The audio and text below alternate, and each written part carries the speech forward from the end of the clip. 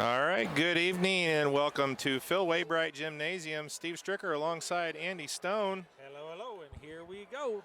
Got Alex Stern on the cameras for us here this evening, and been graced at the table with the presence of the great Doug Griffiths, the writer extraordinaire from the Plymouth Pilot. Boy, what a slacker. Got a little bonus coverage coming your way here this evening. We're going to cover the 9-0 Lady Dragons JV squad, and they're taking on the Michigan City Marquette Catholic Lady Blazers.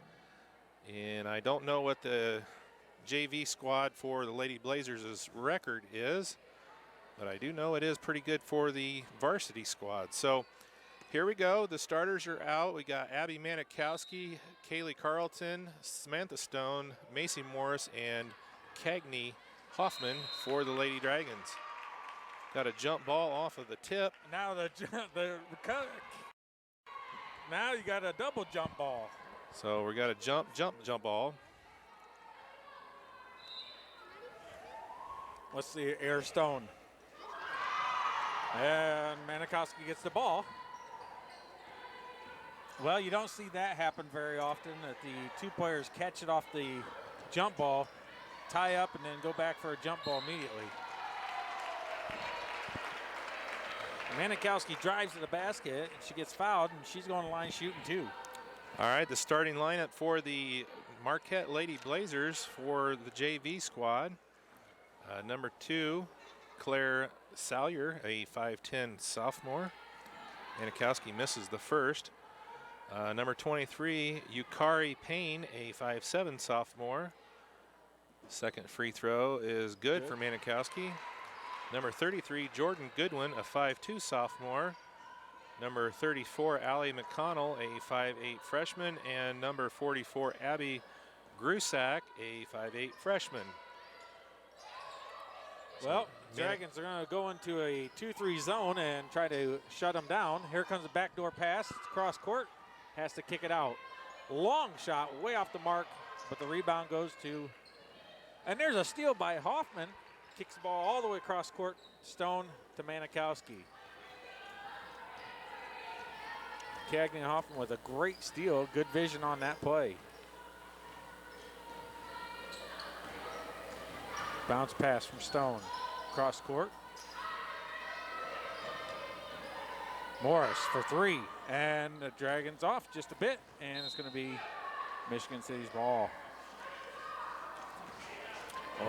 Early going here from Phil Waybright Gymnasium. 5:57 left to go in the first. Lady Dragons with a 1-0 lead. So Dragons switch it up and go straight to a man-to-man. Or lady versus lady. And there's balls tipped, and it's going to stay Michigan City.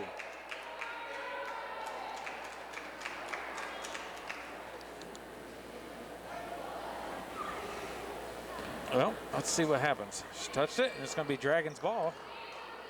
Kicks it over, and here comes Manikowski. Across the timeline, looks, cut by Stone.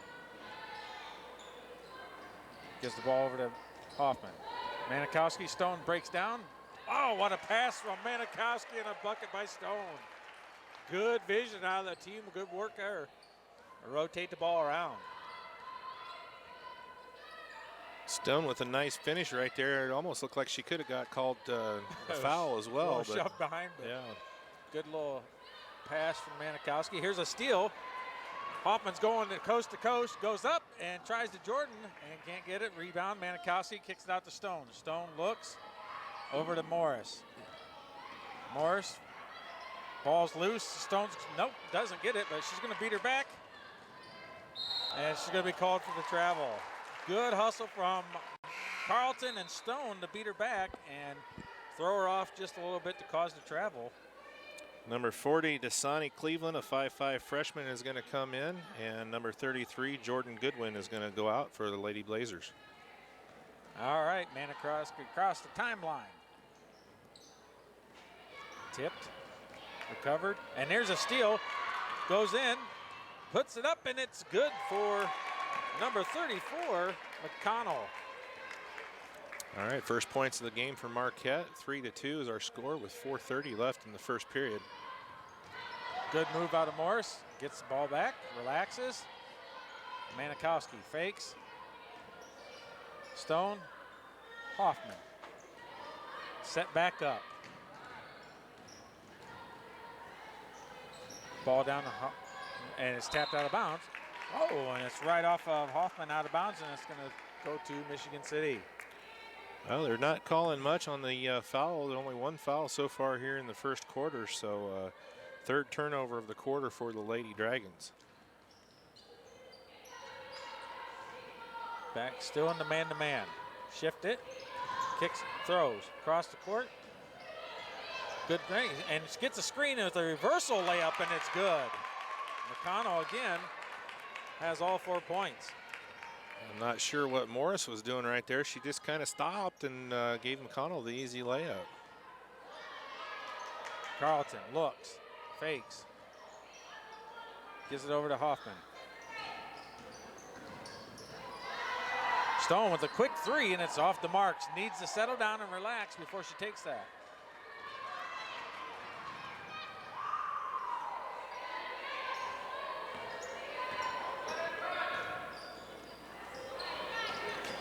Reach in there and take that ball. They got to watch it.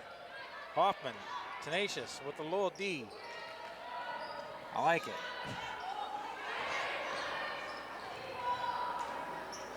Ooh. Extra step. Stolen by Carlton. Gives it over to Manikowski. Very quickly, she gives it over to Manikowski. Oh. That was a rifle from 2 feet away. Hoffman looks, rotates, forcing the pass unnecessarily. Manikowski going to bucket. Looks, goes up, and that's a good layup. Strong move by Manikowski. Puts it in. The Dragons up by 1, 5-4. 2:34 left in the first. Well, I know, talked to Coach Hallbaugh. She has Dunlap and Kuntz for 1 quarter. There's a shot, rebound, and put in. Well, it's a back and forth game. It's kind you like to see, a little of excitement. Hoffman's going to the bucket, turns, gets cut off. Manikowski looks, Stone's open, wide open, and it's a bad pass out of Manikowski, unfortunately. Stone had a great open layup, good cut. Good read by Manikowski, just did, off just on the bit pass. hard. Yeah. Man, that would have been a nice play for the Dragons. So here we go with the 1-3-1 defense. Different zone here. Let's see what happens. This is a very tough zonal defense to run, but if you get it down, touch foul on either Stone or Manikowski. Nope. Manikowski, it is. First foul of the game for the Lady Dragons, only the second team foul, second foul total. Yeah, with a 1-3-1, that bottom person is basically to cover the long, low shots and required to get every rebound possible. Long shot, rolls off the mark and is smacked back, puts it up again. Rebound, Stone's going to be called with the foul. They might get Carlton on that one, I don't know. Let's see, 22? No. 32, 22. 22, Stone. They got Stone, okay. They had her or Carlton, looked like a kind of a pick 'em. Well, she was. Too many rebound opportunities there for Marquette. They had 3 offensive rebounds, and the free throw by Allie McConnell is no good. So with 1:34 left, it's a 6-5 Marquette lead. McConnell's got one more shot here.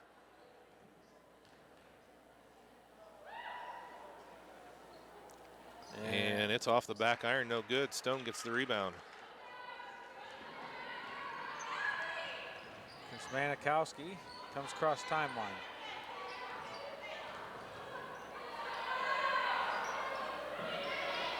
Drive to the bucket, nope. Kicks it down to Morris. Morris off of her leg, nope, tapped out of bounds. It's kind of hard when they get on that back corner to see where exactly he's knocking it out. Must have went off of McConnell's leg there, so Stone's going to trigger the inbounds. Forces it, and Morris gets fouled. She's shooting 2. Nice. Morris has been pretty quality from the free throw line this season. That's a nice little play, and it's smart from Morris. You could tell she's been playing for a long time because she didn't bring it down, then take it back up. She caught it and put it right back up. What you want to do. The foul is on number 34, Allie McConnell. That's her first. It's only the team's second. Macy Morris puts the first one in. Ties the game up at 6 with 1:15 left to go. One more shot here for Macy. Nice, even, smooth. And it's just off the mark. Stone battles for it. And they're going to call, well, he calls a jump ball first, and then he calls a travel. Well, let's see what they're going to do. Let's go jump ball. I like the travel call better. They're going to call a jump ball, which goes to Marquette on the alternating possession. That's all right. It's all right. One saw it one way, one saw it the other. They called, they got together, and they made the call. So it's. Well, the nice thing is, at least there was pressure on the rebound from our free throw. So an offensive pressure to at least force a jump ball, if nothing else. So. 50 seconds left here in the first period. Stone gets the ball. It's a little loose. I kind of like that 1-3-1. It's causing a little bit of havoc for Michigan City. It's a zonal defense you don't typically see, especially in girls' high school. Manikowski picks her dribble up. Hoffman comes across to help her out. Well, the only one I really ever see run that is OD, and they kind of run a trapping 1-3-1. Yeah. But they just run a trapping everything. Well, they sure do. Stone. Oh, my word. What a turn. Goes. No. Carlton gets and puts it in for 2. Nice rebound there by Kaylee and a putback. I thought the initial catch from Stone, the girl come through with the old tomahawk, but nothing was called. She made a nice little spin and good rebound from offense. Oh, give me a break. Look at Ball coming out to let her know. They're not calling it consistently on each end of the floor right now. They get away with a couple of really hard shots at the one end.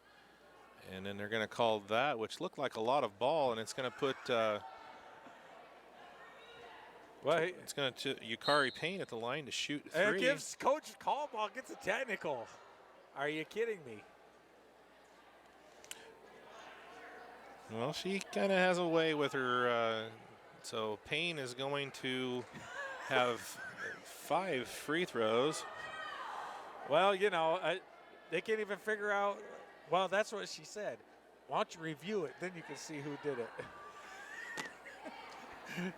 And we can play that back if you'd like. Oh, that's what she told him, the official.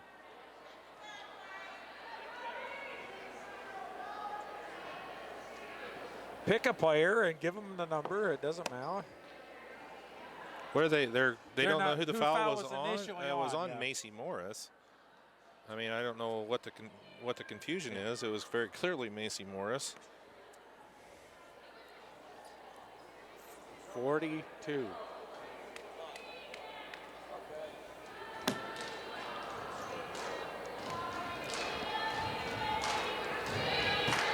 Now they're going to give it to Manikowski. Manikowski wasn't even near the play. Manikowski gets the foul.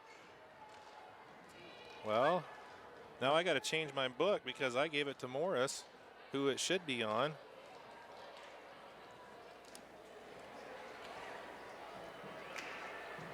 So shooting 3 free throws. Let's see what happens here. Shooting 5 free throws. I don't know. They're shooting. They're going to give her maybe the 3. She puts 1 in. Are you kidding me? Yikes. So first free throw. So nobody knows what's going on, including and misses the second. She's got 1 more on the 3 shot. And we'll see who goes for the technical. Nope. 1 of 3 for Payne. Now somebody's going to shoot 2 shots on the hollow ball technical.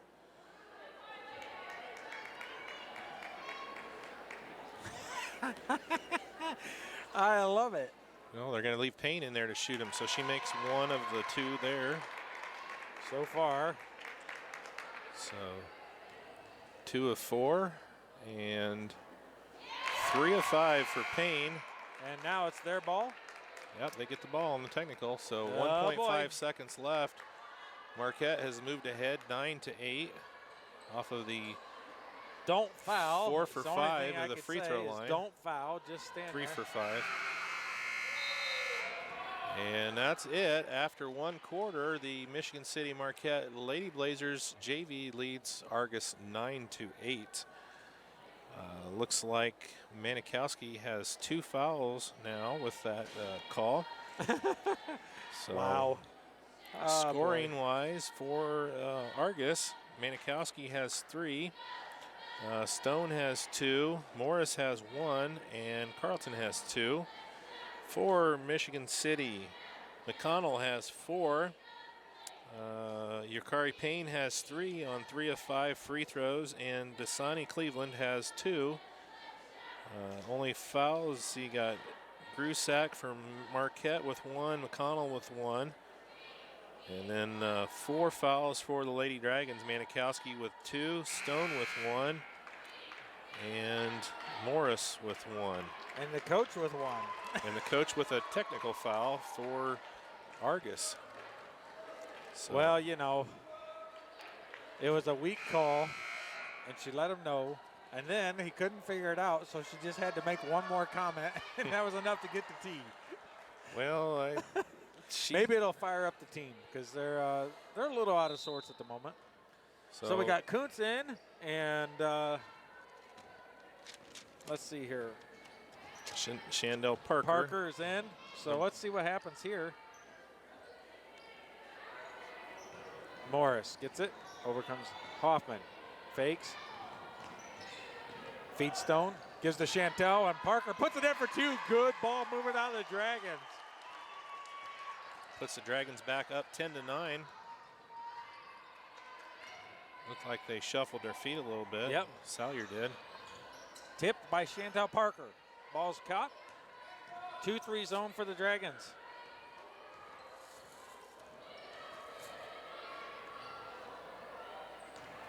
Stricker getting dinner delivered via Argus Subway by his lovely better half. Kicked over, looks, takes a long 3. Kuntz can't get the rebound. Out of bounds. And some of the fans are going to be kind of rowdy for the one official. You can tell it. A little bit of sarcasm. And Morris, our point guard at the moment with Hoffman, kicks it over. Stone looks. Parker.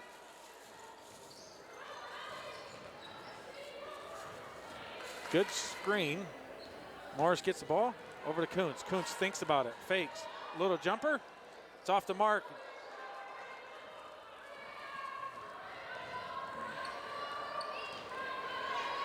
And left her all alone. Long 3. It's off the mark. And it's out of bounds. And it's going to go. She shielded her. And then she realized, wait a sec. We shot that. I should have went after that rebound.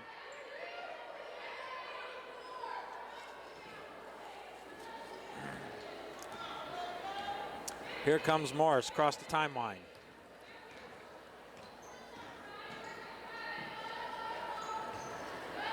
Parker gets it over to Stone.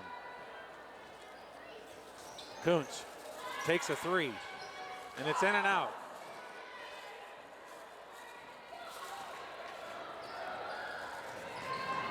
Here's the trap. Hoffman gets it, knocks it back. Traveled. Good pressure from Stone, and Hoffman causes the turnover. Stone's bringing the ball in, gives it over to Morris. Morris across the timeline. Fakes. Gives it over to Hoffman. Kuntz. Stone comes to it, gets it, fouled, and that's number 2 on number 34, McConnell.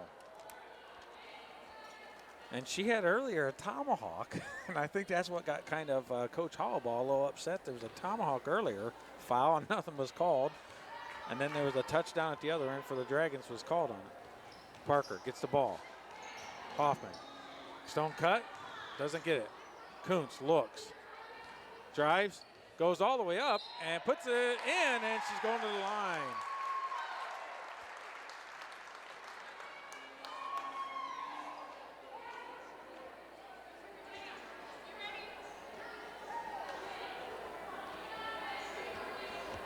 Dragons up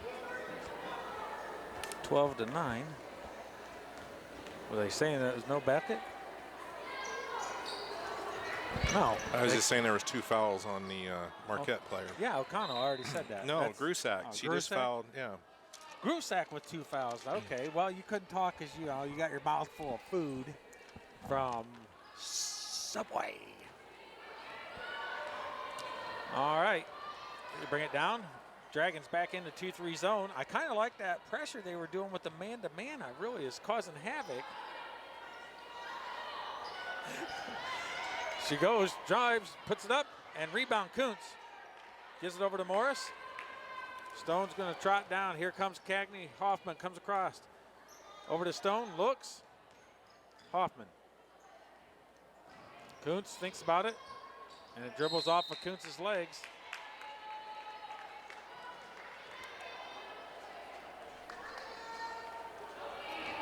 Well, Dragons going to have to do something better with that.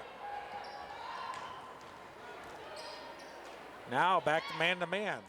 I think that she's just causing havoc by switching it around every other time down. And the ball's loose, and Stone's going to come up with it.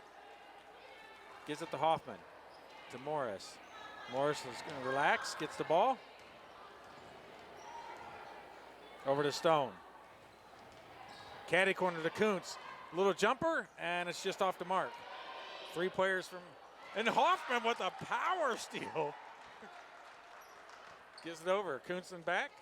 Morris for 3, and that looks good, and it is.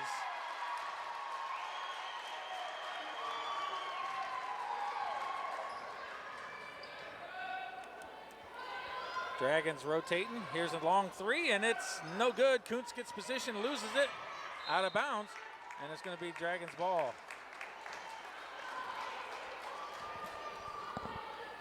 Well, you can see Macy Morris growing in her confidence every game that she plays. That 3 was a good example.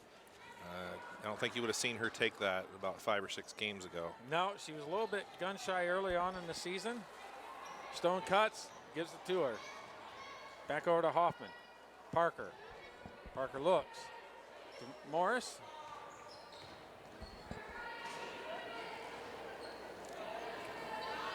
Kuntz looks, fakes.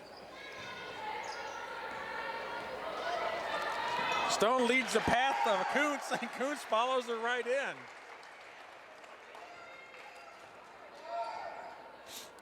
Well, that confidence on Morris's part. Here's a timeout for Marquette.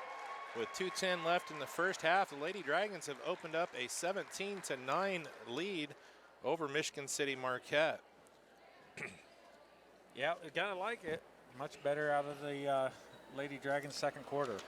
All right, well, we want to thank RTC Fiber Communications, of course, for bringing you this version of the Argos Voice Sports Network. We're on RTC4.com and Channel 4 in Rochester. RTC4.com is your source for all Argos Dragons sports action.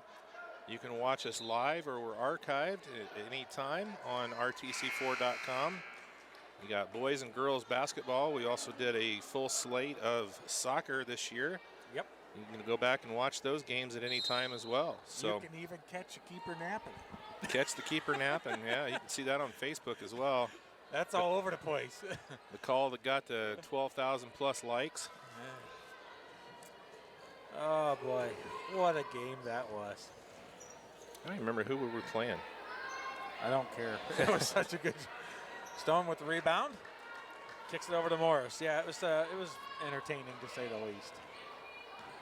And then it turned into an onslaught from the Dragons. Kuntz gets it, looks. Parker throws it. Stone's not ready for it. Morris recovers, and it's stolen. Hoffman's going to give chase, and it's going to be shooting 2.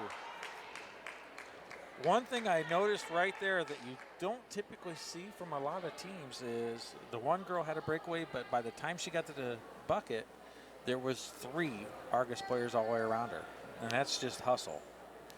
Well, they gave that foul to Chandel Parker. I don't even know, was she even in the area? She was in the area. It was her, Hoffman, and Stone. Okay, I just saw Stone and Hoffman, but they give that to Parker. She was trailing behind, but still pressing hard. Salyer's first free throw is off of the mark. Now, here we go. Let's see if they can get a quick transition. And the second one is good for Claire Salyer, her first points of the game. There's a quick timeout. 1:28 left to go in the first half, 17-10. The Argos Lady Dragons with the lead. First Federal Savings Bank in Rochester, located at 310 East 9th Street. You can give them a call at 574-223-2128 or visit them on the web at www.firstfederalbanking.com. They also have locations in Plymouth, Bremen, Elkhart, and Mishawaka for all your banking needs. First Federal Savings Bank in Rochester. Well, we've got the man, the myth, the legend himself, Doug Griffiths, in the house, the Zone Sports Complex of Northern Indiana. He is the operations guru, manager, I don't know what they call him, but they're located at 2923 Van Vactor Drive in Plymouth, or you can visit them on the web at www.thezonesportscomplex.org. Rick and Barb Miller, Ted Hayden are the owners, of course Doug, and then Dwayne Morton, former Mr. Basketball in the state of Kentucky and former NBA player for the Golden State Warriors. Andy Stone sitting next to me is the director of soccer. I kind of feel left out here. What can I be? I got to be something. You're a coach of a team that's having fun there. You just keep working on those girls, improving at the sport of basketball. Basketball, volleyball, soccer, futsal, and coming soon the new indoor facility with 2 full-size indoor court or fields. And there's a turnover. Let's go through. Third one of the second quarter for the Lady Dragons. It was a good bounce pass, just unable to keep a hold of it. And here comes Lady Blazers back down. Back to a 2-3 zone. The Dragons are mixing it up and absolutely causing havoc with, as you can tell, ball's in, goes over, rotates around, and the Dragons shift. Here comes back across, jump, shot, and it's good. Good shot. With a nice low move and a shot, although her first step is a travel almost every time. That was 2 by Payne. Over to back, yep, and here's going to be a foul on number 44. Brusack with their third, and here comes a quick sub automatically off the bench. Number 45, Moore comes in. McKenna Moore, a 5'7" sophomore in the game for the first time for Marquette. Morris gets the ball in.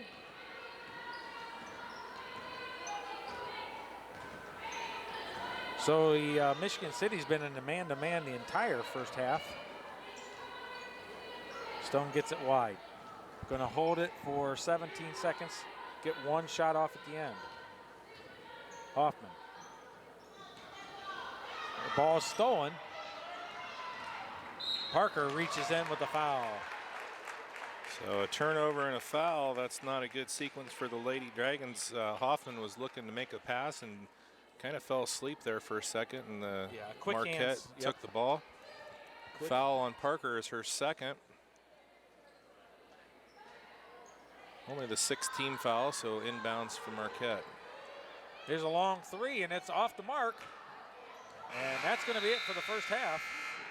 All right, your halftime score, Lady Dragons 17, Marquette 12. Let's get some totals here for the first half. Why don't you do an in stitches read while I total this up? Your basic math is slow, so I got time for in stitches and signs. 892 or 574-892-5956. Matt and Bobby Zom out on State Road 10, Argos, Indiana. They do embroidering, screen printing, signs, banners, vehicle lettering, magnets, decals. Made a couple banners for us here at the Voice Sports Network. One for the Lady Dragons, well, multiple for the Lady Dragons with their brilliant run to the state finals last year. They made my Stone Soccer Academy up there at the Zone. Just a quality group. Do great work. Go out and see them at 11189 State Road 10 in Argos. Did you get your math done yet? No? All right. Yeah, no, I'm done. All right, for the Lady Blazers, leading scorer, Yukari Payne, with 5 on 3 of 5 free throws there in that one sequence where she got fouled on the 3 and the technical foul then on Coach Hollabaugh. McConnell has 4. Dasani Cleveland has 2, and Claire Salyer has 1 on a free throw. For the Lady Dragons, we've got 2 players with 4. Macy Morris on 1 for 2 from free throw and 3-pointer. Rachel Kuntz has 4. And then Carlton, Parker, and Stone all have 2. And Abby Manikowski has 3. So 17 points for the Lady Dragons to 12 for Marquette.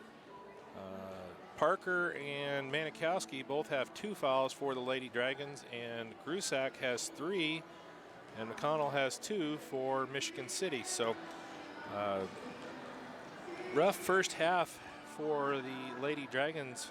8 turnovers to, well, 8 turnovers for both teams unofficially. Yikes. So that's a lot of turnovers. I know it's a JV team, a JV squad, but 8 turnovers is still a lot for one half of basketball. So we're going to take a little break. If you're just tuning in here, we're giving you bonus coverage tonight with the Marquette Lady Blazers JV against the Argos Lady Dragons JV. And we are at the half where the Lady Dragons are up 17 to 12. We'll be back here with second half action in just a few minutes.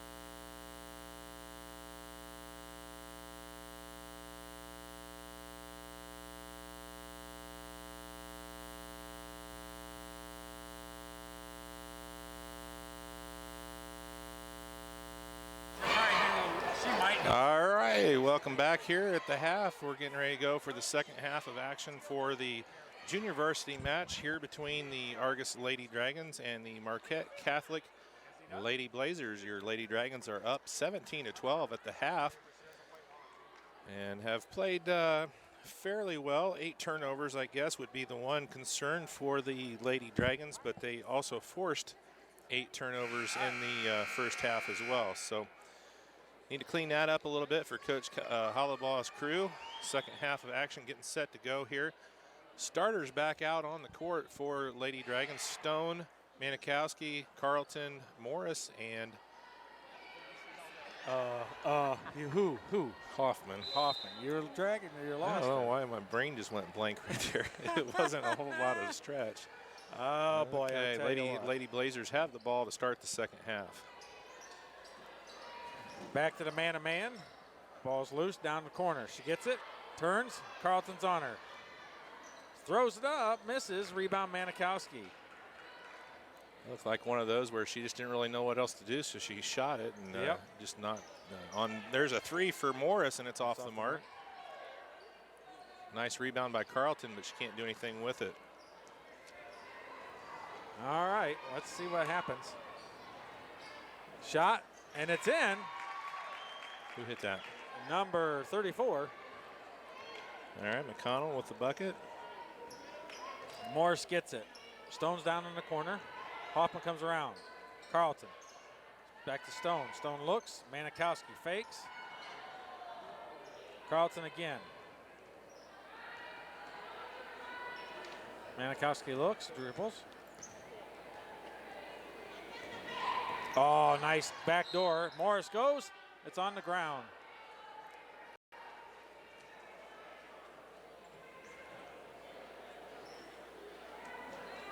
And they're going to get Cleveland for the foul. Her first of the half and her first foul of the game, actually. Morris for 3. And it's good. Macy Morris, second 3 of the game for her. Puts the Dragons up 20-14.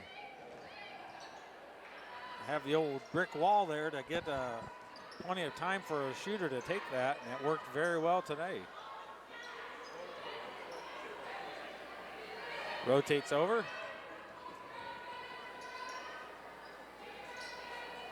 Looks. Dragons back to a 2-3. So they are rotating from 2-3. Oh, you travel from a 2-3 zone.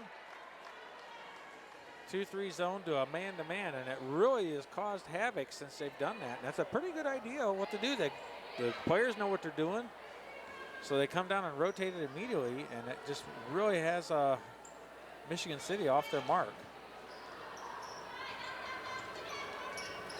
Carlton gets it. Stone comes over to get the ball. Manikowski. Carlton looks. Morris, little jumper, and it's in. Nice smooth shot from Morris. 9 points on the game for Morris. Down, Stone, kicks out, misses, rebound. Stone gets the ball. Here comes Manikowski across the timeline. Hoffman, Stone, Manikowski takes the 3, and it's long. Rebound Morris, throws it back, and it goes into Michigan City.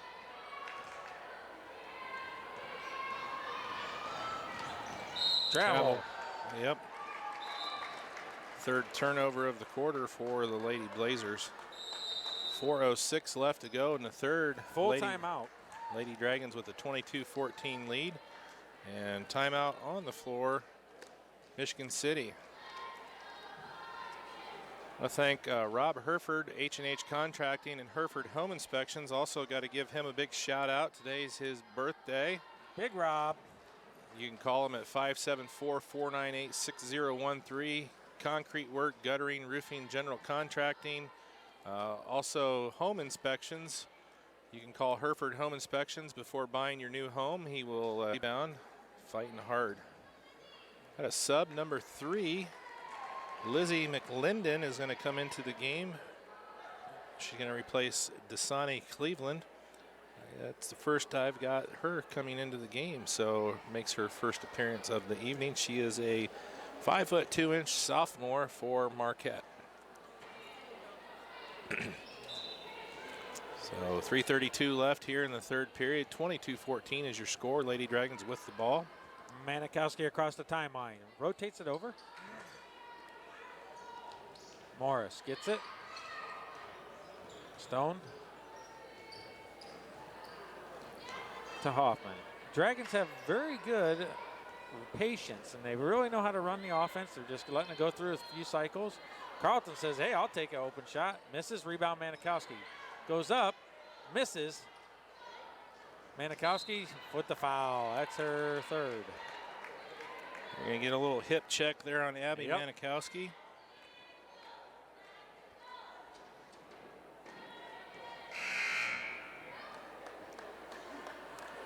Third foul. Parker's going to come in for Manikowski.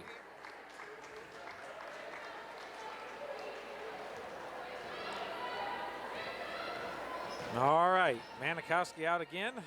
She had to sit a little bit in the first half thanks to a sponsored foul.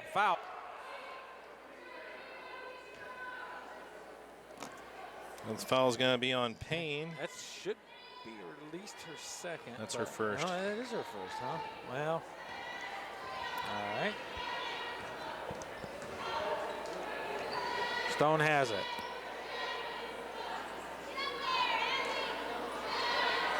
Well, she has no problem. She's smart. She's just like, all right, if you're not going to come up to where the official doesn't go, good to go. There it is. Now it comes.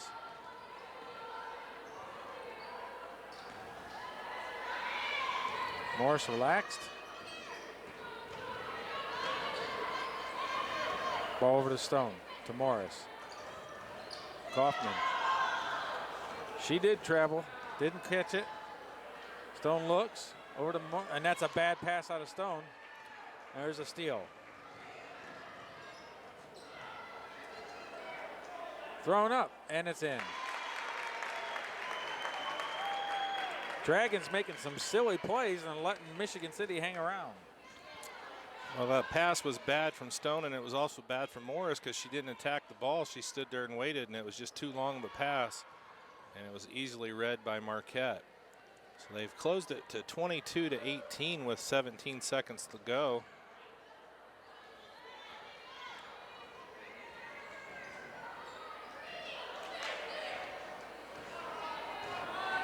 Lady Dragons have kind of fell apart here with Manikowski on the bench, their main ball handler. No good. So at the end of third quarter, it's 22-18. Lady Dragons holding on to a 4-point advantage.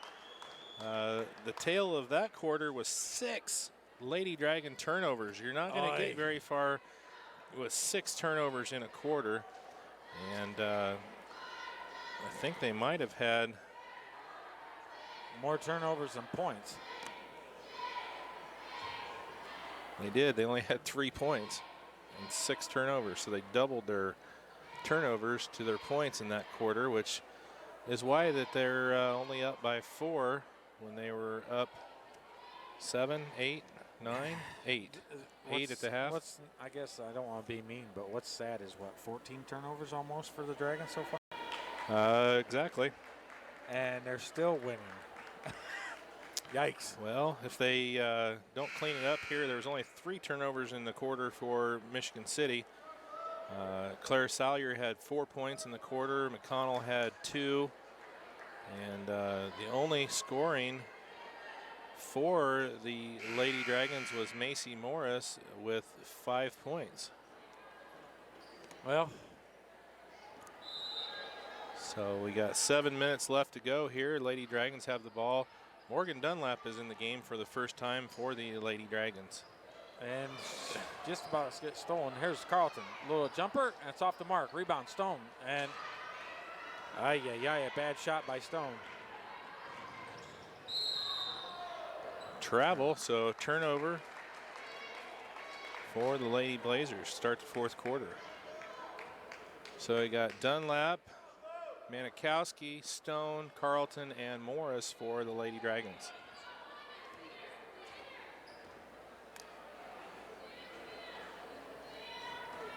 Rotates over. Carlton looks. Man, Dunlap has it.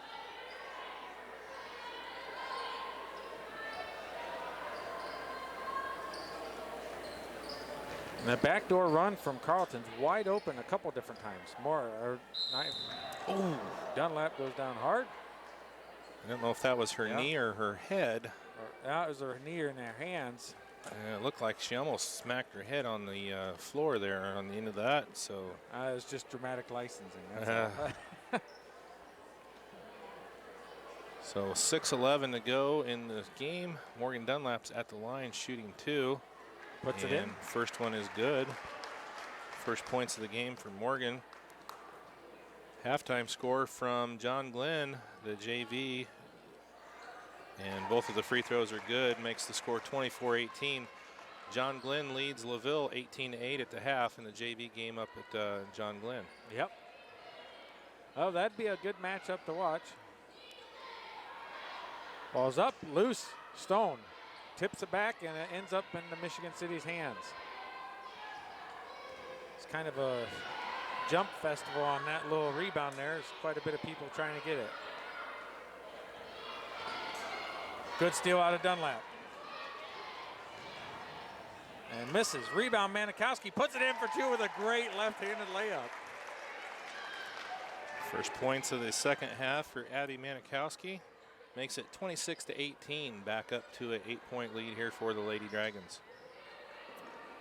Well, the Dragons, I think they got a little bit of a chewing from Coach Hallball there after the third quarter. And there's going to be a foul on Stone. Nice pass inside to McConnell. And that's going to be on Stone. That's going to be her second. So she's still in good shape. Michigan City is going to out inbounds under their own basket. Tipped by Matt. That could have been a double dribble. Sure looked like it. And now they get the foul on. She dribbles twice, picks up a dribbles. I don't understand it. Boy. And the official's standing right next to her.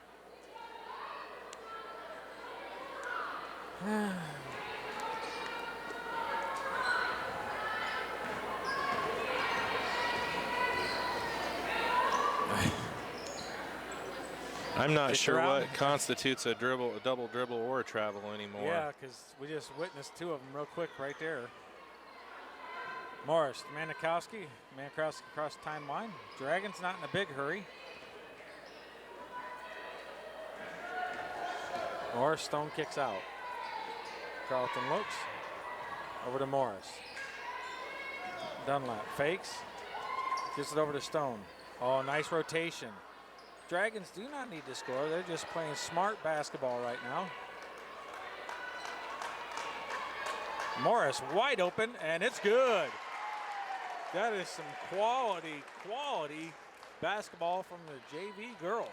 Man, Macy nice. Morris has 7 on the half and 11 for the game. You're going to get Dunlap. She's going to have foul trouble. She's only been in for 3 minutes. Not even 3. You can't stop that. She wants to go after it. She's a competitor. You like to see it. It's just one of those things. Got a sub, number 33. Goodwin comes in for the first time in the second half and replaces McClendon. Ball's rotated around. I may be looking at things, but it looks to me like Salyer, every time she picks up the ball, is traveling. She travels every chance she gets. And there's a turnover. Yep. They're going to call McConnell for the travel. No, Salyer takes that step before she gets the ball, or she picks it up and takes an extra step before she passes. So it's either when she starts or finishes, it's a travel. So I don't know, but sometimes you look past some of that stuff at the, I don't know. Fakes. Ball over to Dunlap. Goes through with the layup, and it's in and 1. And there's going to be a timeout from the coach. Going to ice the shooter. Foul on number 44, Grusak. That is her 4th. Looks like a 30-second. All right, 3:41 left to go in the game. Nope, it's a full. Sorry. 30-18, the Lady Dragons with the lead. CNS Outdoor Power Equipment on North Michigan Street in Argos. Owners Richie and Amy Miller. You can call them at 574-892-5790. Whoop. Okay. Hours of operation Tuesday through Saturday, 8:30 through 5. They sell Toro, Kohler, Steel. They do lawnmowers, trimmers, chainsaws, snow blowers, snow shovels, salt. They also service what they sell: chainsaw sharpening, lawnmower repair, on-site service calls are available, as well as pickup and delivery service. So CNS Outdoor Power Equipment, Richie and Amy Miller at 574-892-5790. Got 3:41 left to go here in the JV game. Lady Dragons lead 30-18.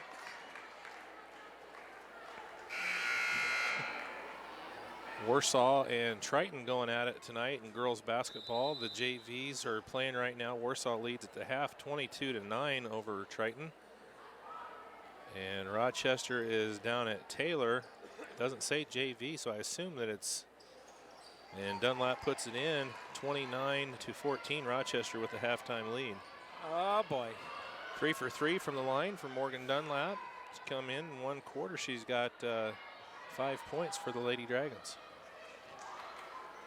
And almost gets a turnover there. Remember, you can tweet us at Argus Sports. If you like to send us a message, tell us how we're doing, get a shout out on the air. We're going to be live here for the remainder of the evening. Varsity squads are coming up here shortly. Number 1 versus number 3 in Class A basketball here in just a few minutes. All right. Here comes Dunlap across the timeline. Over to Manikowski. Over to Stone. They look. Carlton loses it, gets it back. Over to Dunlap, lost. And there's a turnover for the Dragons. There's a foul on Morris.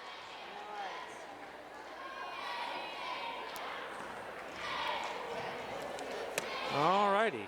Second foul. Oh, first foul. That's Nice. right. They gave the one to Manikowski. Should be the second foul on Morris.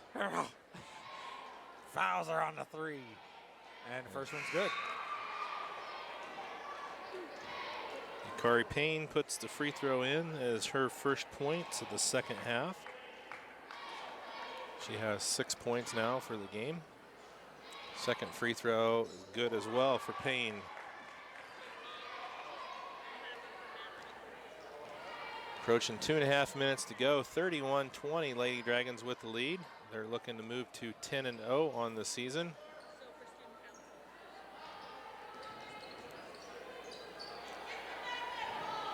Stone has it, kicks it over to Dunlap down.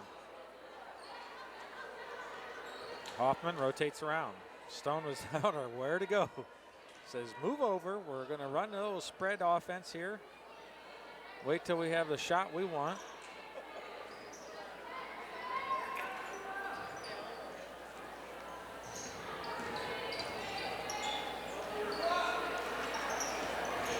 Stone out, gets the ball. Hoffman breaks off and goes. Manikowski. Over to Morris. Back to Manikowski, and the Dragons running it very well. Stone ends up screens. Dunlap gonna drive in, and it's broke up. Stone's down on the ground.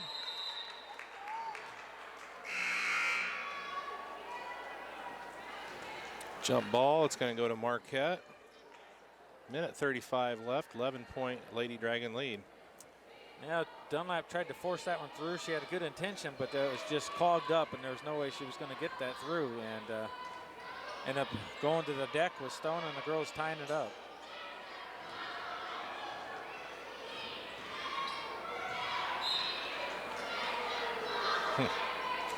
Yikes.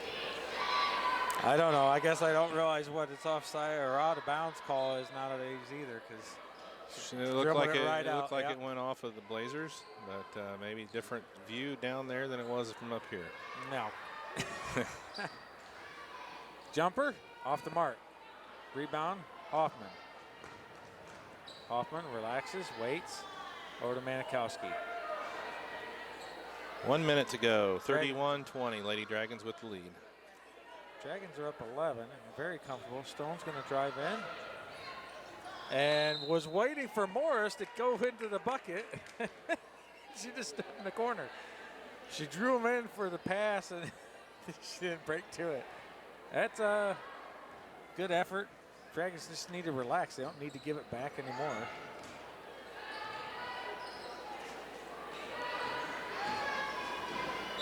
Dunlap, and it's going to stay Michigan City's ball.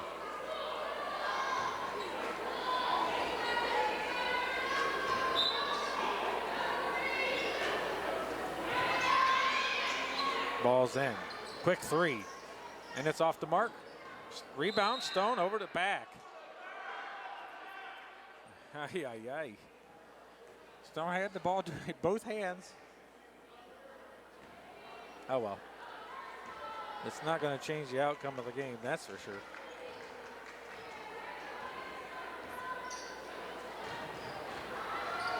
Gives it over to Manikowski. Rotates.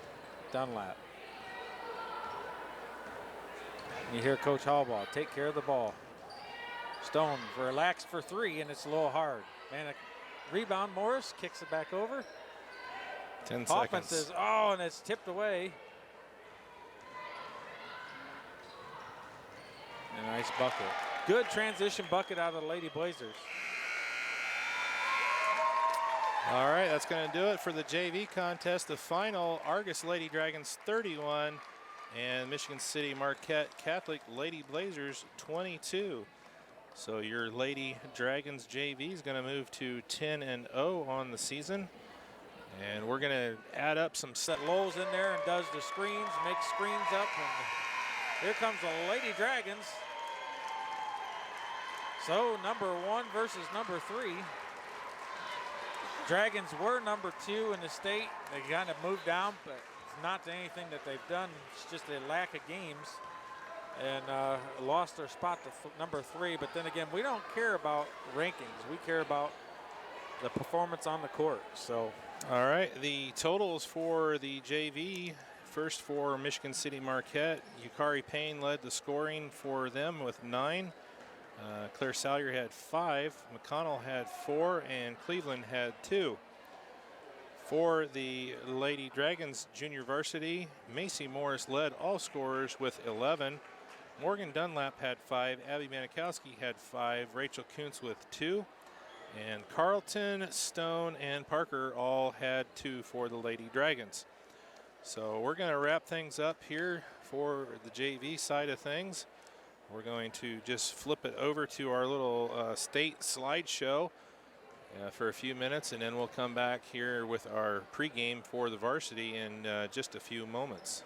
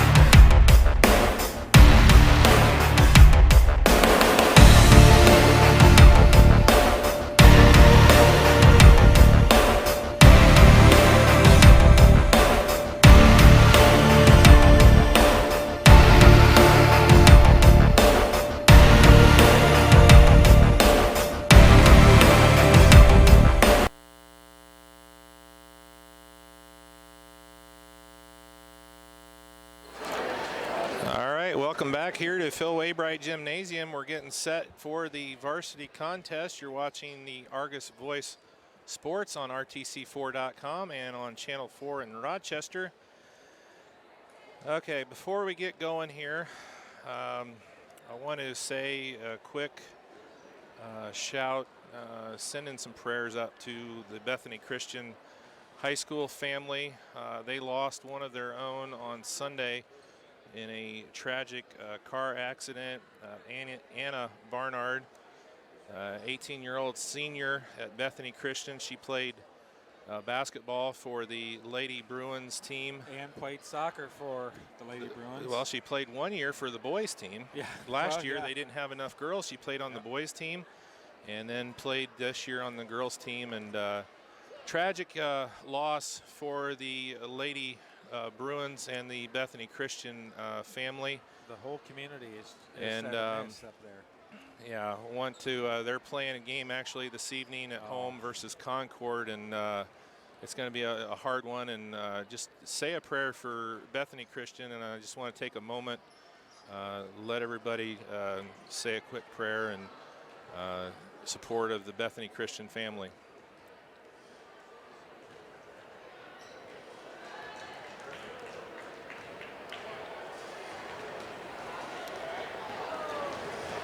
All right, so back to basketball. The world moves on, I guess.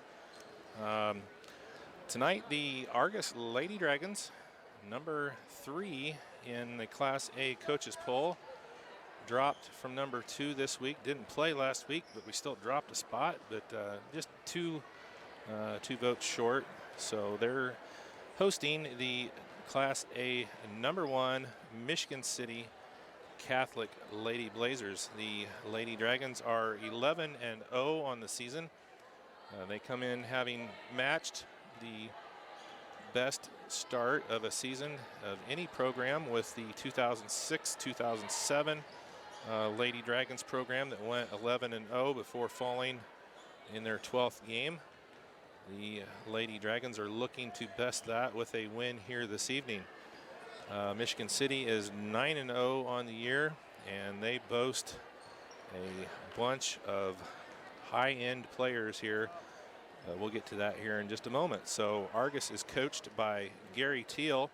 Coach Teal is 69-34 in his 5th season with the Lady Dragons program. He's 227 and 144 in his 17th season overall. Marquette is coached by Katie Colligan. She's 9-0 in her first season of varsity girls coaching. The last outing for the Lady Dragons actually ended up being 10 days ago. Played here against New Prairie and won that game 75-31 on the 10th of December. The one game that was scheduled for the Lady Dragons last Thursday got postponed due to the weather. Both Argos and Peru, the two teams that were set to play, were not in school that day. So 10 days of rest, hopefully not rust for the Lady Dragons. Oh boy. The Marquette in a similar boat. They haven't played since the 13th. Last Tuesday, they beat Calumet 75-27. They had a game scheduled for last Saturday, and that one was postponed as well due to the weather. Sagarin Ratings has the Lady Dragons at 6 in Class A, 96th overall. Marquette comes in the 2nd spot in Class A in the 46th position overall. The opponent's record, Argos 48-90 and Marquette 43-60. The series over the last 15 years is 13-1, and that one loss for the Lady Dragons came last season. And this is not the Marquette team that we beat 13 times. No. They went shopping. To say, say it bluntly, I mean, they ended up firing their coach who brought these girls in after one season because of questionable means of getting the girls here. Well, he coached them in a AAU program all the way up until 8th grade, and then told the parents, "You're bringing your kids here." Basically, bullied them into coming in where some uncertain things were said and done, And it was immediately after season that an inquiry was set by the state IHSAA. And it wasn't very long after that we'd already heard the news that he was no longer in the program. And they were, I guess Marquette was able to salvage the program when they brought Katie Collignan in. She's a former varsity assistant at University of Valparaiso. Yeah. And so everybody stayed. And this is what you got. You've got the two Nolan sisters who are 6 foot 2 inches tall. They play the guard spots. Sophia Nolan brings 18.4 points per game to the table, as well as 7.2 rebounds, 1.8 assists, 1.9 steals, and 1.1 blocks per game. Her sister Emma is scoring 15.9 points per game, 7.8 rebounds, 1.4 assists, 2.0 steals, and 2.0 blocks.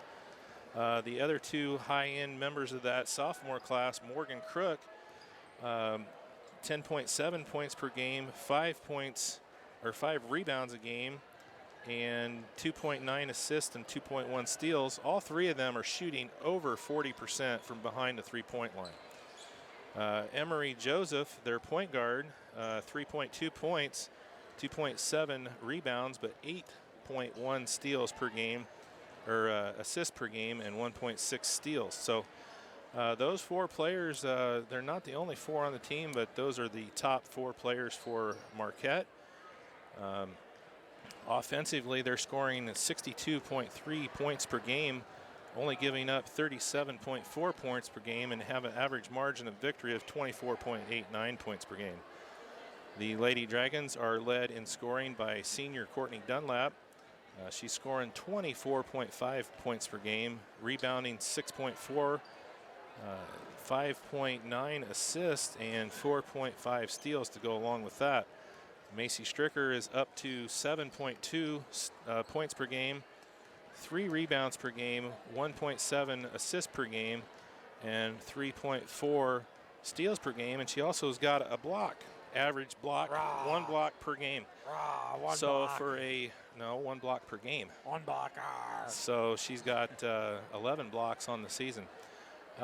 One note on Macy Stricker, she's coming off of her season high of 14 against New Prairie, and she's averaging about 10 points a game over the last 4 or 5 games. So they're going to need her. She's going to have to step up and be very aggressive here this evening if the Lady Dragons are going to have a chance. Senior Anna Barlow is the leading rebounder for the Lady Dragons at 7.5, 6.1 points, 1.2 steals, and 2.6 blocks. The Lady Dragons are averaging 57.46 in the offensive average, which is 50th in the state in all classes. They are number 1 in the state in defensive average right now at 25.91, and that is in all classes. Their average margin of victory is 31.55, and that is good for number 8 in the state. So it's going to be a challenge. It's going to be a tough game. But games like this are what's going to make the team better, win or lose, come tournament time. And speaking of the tournament, the Lady Blazers are going to be wanting a little bit of retribution here this evening. They got knocked off in the first game of the Caston Regional, the one that North White beat them, and then the Lady Dragons ended up winning against North White in the evening championship game by 20 to take the regional crown. So you can see they're just shooting all over the place here. The Lady Dragons go into the locker room, and the Nolan sisters, they're giving each other shots, and they just shoot relentlessly until they keep making them. So we got about 2 minutes left to go here before the tip. Number 1, Michigan City Marquette versus number 3, Argos Lady Dragons. Keys to the game for Argos, they're going to have to play some tough defense. Oh, boy. Tough defense. They're going to have to limit, they got to keep, they're obviously going to score more than our 25 points per game that we're allowing average, but we got to keep them a lot closer to the 25 than to their normal 62. So tough defense. Macy, Anna, Kennedy, Emily, and Morgan are going to have to all step up and be huge in this game. This is going to be You know they're going to be keying on Courtney Dunlap. They're going to be looking to shut down her dribble drive penetration. So the other 3-4 girls on the floor can't feel like the ball's a hot potato that they got to get out of their hands. And if they start getting a bunch of turnovers, we're going to be in trouble. Michigan City Marquette, they're going to want to shut down Courtney Dunlap. They're going to want to run at a faster pace. And the Nolan sisters are going to be looked at to dominate the game if the Marquette Lady Blazers are to move on to 10-0. So 20 wins here on the floor between the two teams on no losses on the season. So that's about to change here in about 32 minutes of gameplay or more, maybe. Yeah. If the Whitco Tippy Valley boys the other night, 96-92. Four overtimes. 4 overtimes. That would have been such a great game to call. There was a girls game that went Rochester, and who were they playing? Went 3 overtimes. 3 overtimes. I don't remember the opponent, but it was it North Miami? Good. Yeah, North Miami. Yeah. Yep. So yeah, chance there. 4 overtimes. I've been by the gym in Swayze, Indiana, which boasts the record for most overtimes in one game, and I think it was 8 or 9.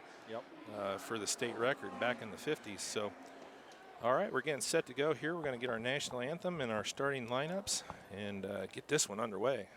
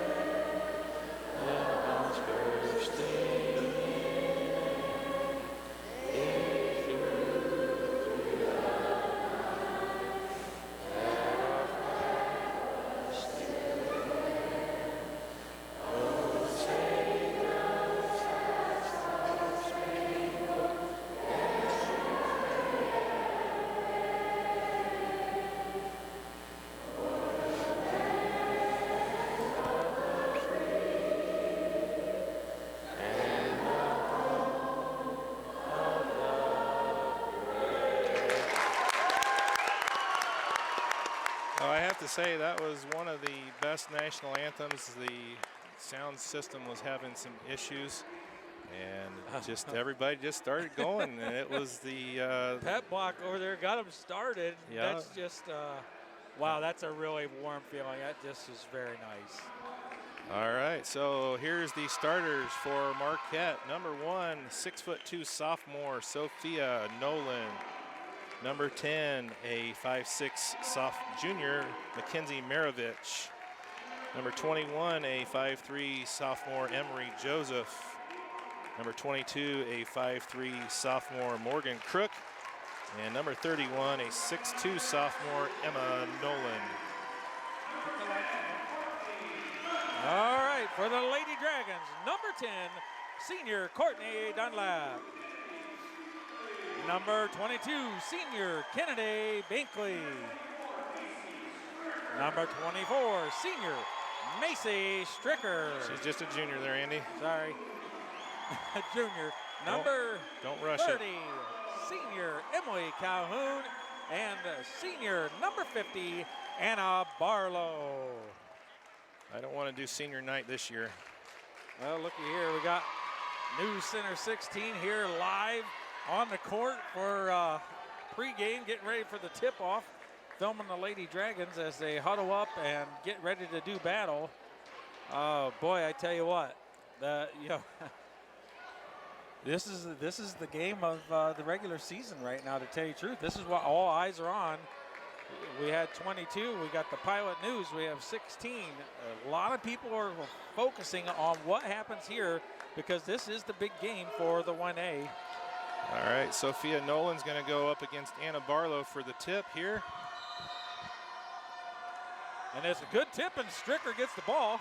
Comes around over to Dunlap. Man-to-man defense will be tenacious out of Michigan City. Looks, Barlow gets it, fakes, over to Stricker. Stricker drives, Calhoun fakes, drives down, and gives it over to Stricker. Rotates to Dunlap, and the Dragons have no issues so far. Binkley looks. Dunlap gets it back at top of the key. I like the patience of the Lady Dragons here to start the game. Oh, and that's a throwaway from Binkley. And I shouldn't have said that. And the pressure's on, kicks it over, down to Nolan. Nolan looks to have Dunlap down, pins her, puts it up, and it rolls in.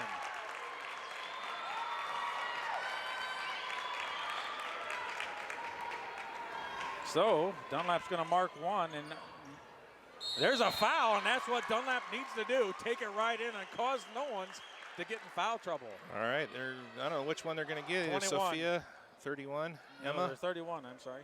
31, they're Yep. going to get Emma on the foul. And Courtney Dunlap is going to go to the line, shooting 2. If she can get penetration into the paint like that and cause the fouls for the Nolans, that's going to be a good thing for the Lady Dragons. Yep. So the first free throw is in with 7 minutes left here in the first. It's 2-1 Marquette. Second free throw is good for Dunlap. Tie ball game, and that's a good sign for Dunlap. Starting off smooth as silk, and here comes the Lady Blazers. Going to rotate the ball quickly. Down low, Barlow, loose, and Binkley gets the ball. Here comes Dunlap. See Stricker low. Stricker puts it up, and that's a great transition bucket out of the Dragons. Good vision from Dunlap, and Stricker puts it in. Good job by Stricker running the floor right there. And there's a foul on Barlow. She's got to do the work before that pass is made. She was settling behind Sophia, and they got called for the foul. It's not like she's small. She just needs, if she's going to let her catch it, let her turn and face up, but you just keep your hands straight. Don't create the fouls and easy opportunities. Quick three, and she didn't get set, and it's off the mark, and it's shown. All right, 4-2, the Lady Dragons. We got 6:30 left to go here in the first quarter. And there's a Lady Dragons ball off of a out of bounds on a missed shot by Emma Nolan. Stricker gets it. Looks over. Dunlap cop key. Calhoun fakes. Over to Binkley. Barlow turns and shoots a quick one. It's off the mark. And it's tipped over to Nolan. It's 2-on-1. Dunlap does not need an easy foul here. And there's a layup. And it's missed. Over to back. And it's over the back on Nolan, and it's going the other end. And that's on number 1, Sophia. So there's one foul on each Nolan sister. And a good job of blocking out that time by Courtney Dunlap. So 2 team fouls now for Michigan City. 6:01 left to go. Well, they're going to have to be as tenacious as possible on every rebound and make them fight for it, because that's the only way the Dragons are going to be able to keep into this. Barlow gets it. Oh, gee, Wilkers. There is 3 fouls right there not called. That is craziness. Down in the corner. Fakes, drives, kicks it all the way out. No one over. Here's a wide open 3, and it's a long, high shot, and it's off of Calhoun. Oh, I thought it was definitely off of Argos. Nope. Well, I tell you what was the official waiting on? She totally had fouled Barlow on that position play 2 or 3 times. I tell you. Stricker has it, nice and relaxed. Oh, and it's tipped. Oh, there's a foul, not called, and it's kicked out of bounds. Ay, ay, ay. These officials better get control of this game because they're going to have both sets of fans all over them real quick. Oh, my. Stricker over to Barlow. Down to Dunlap. Dunlap looks, puts it up, and it's good.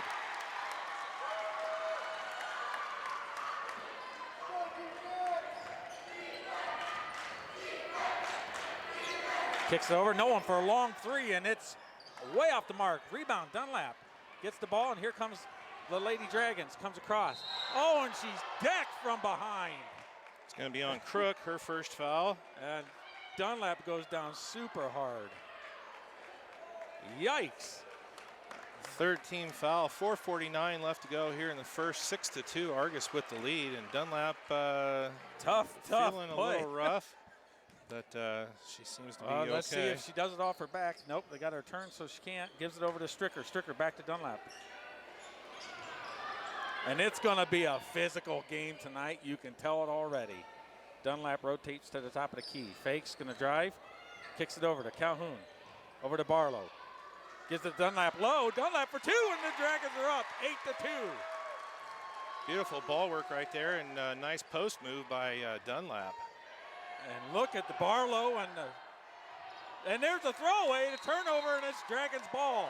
And the coach is and there's it is. The coach was trying to wait as long as possible to call a timeout, but she is forced to early on in the first quarter. 4:20 left to go in the first. It's an 8-2 Argos lead. And Coach Colligan for Marquette calls a timeout. Well, I like what they've seen. We've rotated out and put Dunlap down in the post position and drawn out the fire on Barlow. Here we are, Mr. Trophy. Go see Amy Stone, 574-892-5005. Down there next to Argos Do It Best Hardware, and Argos makes dash plaques for trophies, engraving, your award source since 1975. Well, I tell you, first 2 minutes, 3 minutes impression. What do you got there, Coach Stricker? Well, excellent so far. Excellent I watched a little bit of the matchup last year, and the passion, the drive, the ball handling, the movement right now that the Lady Dragons are showing is 100% better than what we saw early on against the Lady Blazers last year. I think they went up there, it was the first year. They were nervous. They'd not been used to Marquette being this good. And they went up there last year, and I think they got a little shell-shocked early on. So, they were shell-shocked. But here we go. I think the coin has turned over, and now Michigan City's a little bit shell-shocked at the moment. Stricker gets it, looks, fakes. Barlow was open for a second. Dunlap has it. Dunlap goes, puts it up, and it's just off the mark.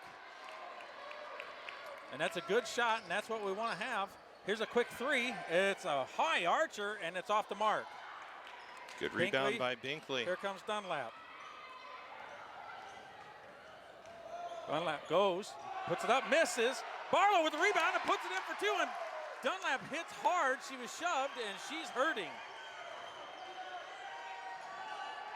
Nolan gets it, turns, and misses. Rebound, and Stricker with a huge rebound. And Coach Teal says, hey, settle up for a second. Dunlap's hurting a little bit. And boy, it's going to be an ugly, rough game when we talked about it. And there's a ball to Barlow. Calhoun. I really like the adjustment that Coach Teal's made, putting Barlow at the high post.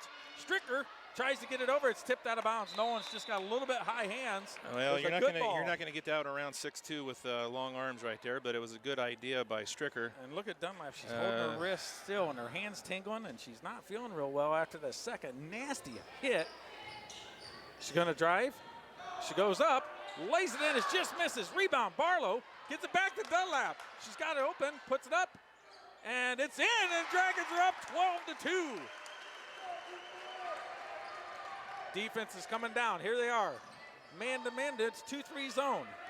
You can see Nolan, she's getting mad. She's really sticking her elbow. That could be an offensive foul if the refs are going to Rebound call Stricker again on the backside of the goal. Sophia Nolan on Anna Barlow. You got to watch that. It's going to be I told you, it's going to be a hard fight game. She is going to prove her mettle tonight. Barlow is going to be tough. Stricker, Calhoun for 3. Just off the mark. Kicks it out, rebound Nolan.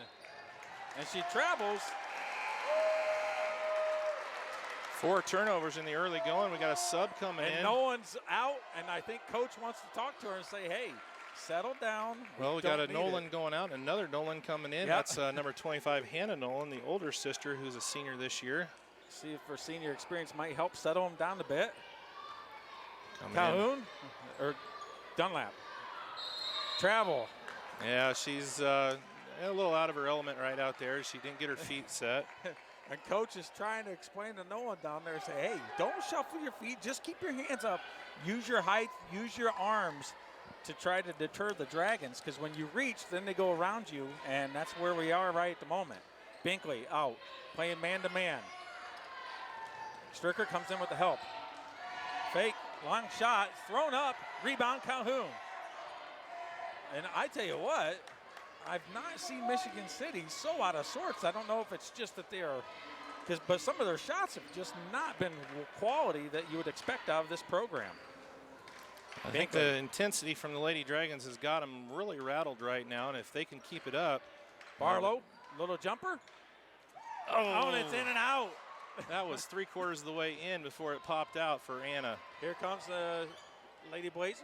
Dragons playing down.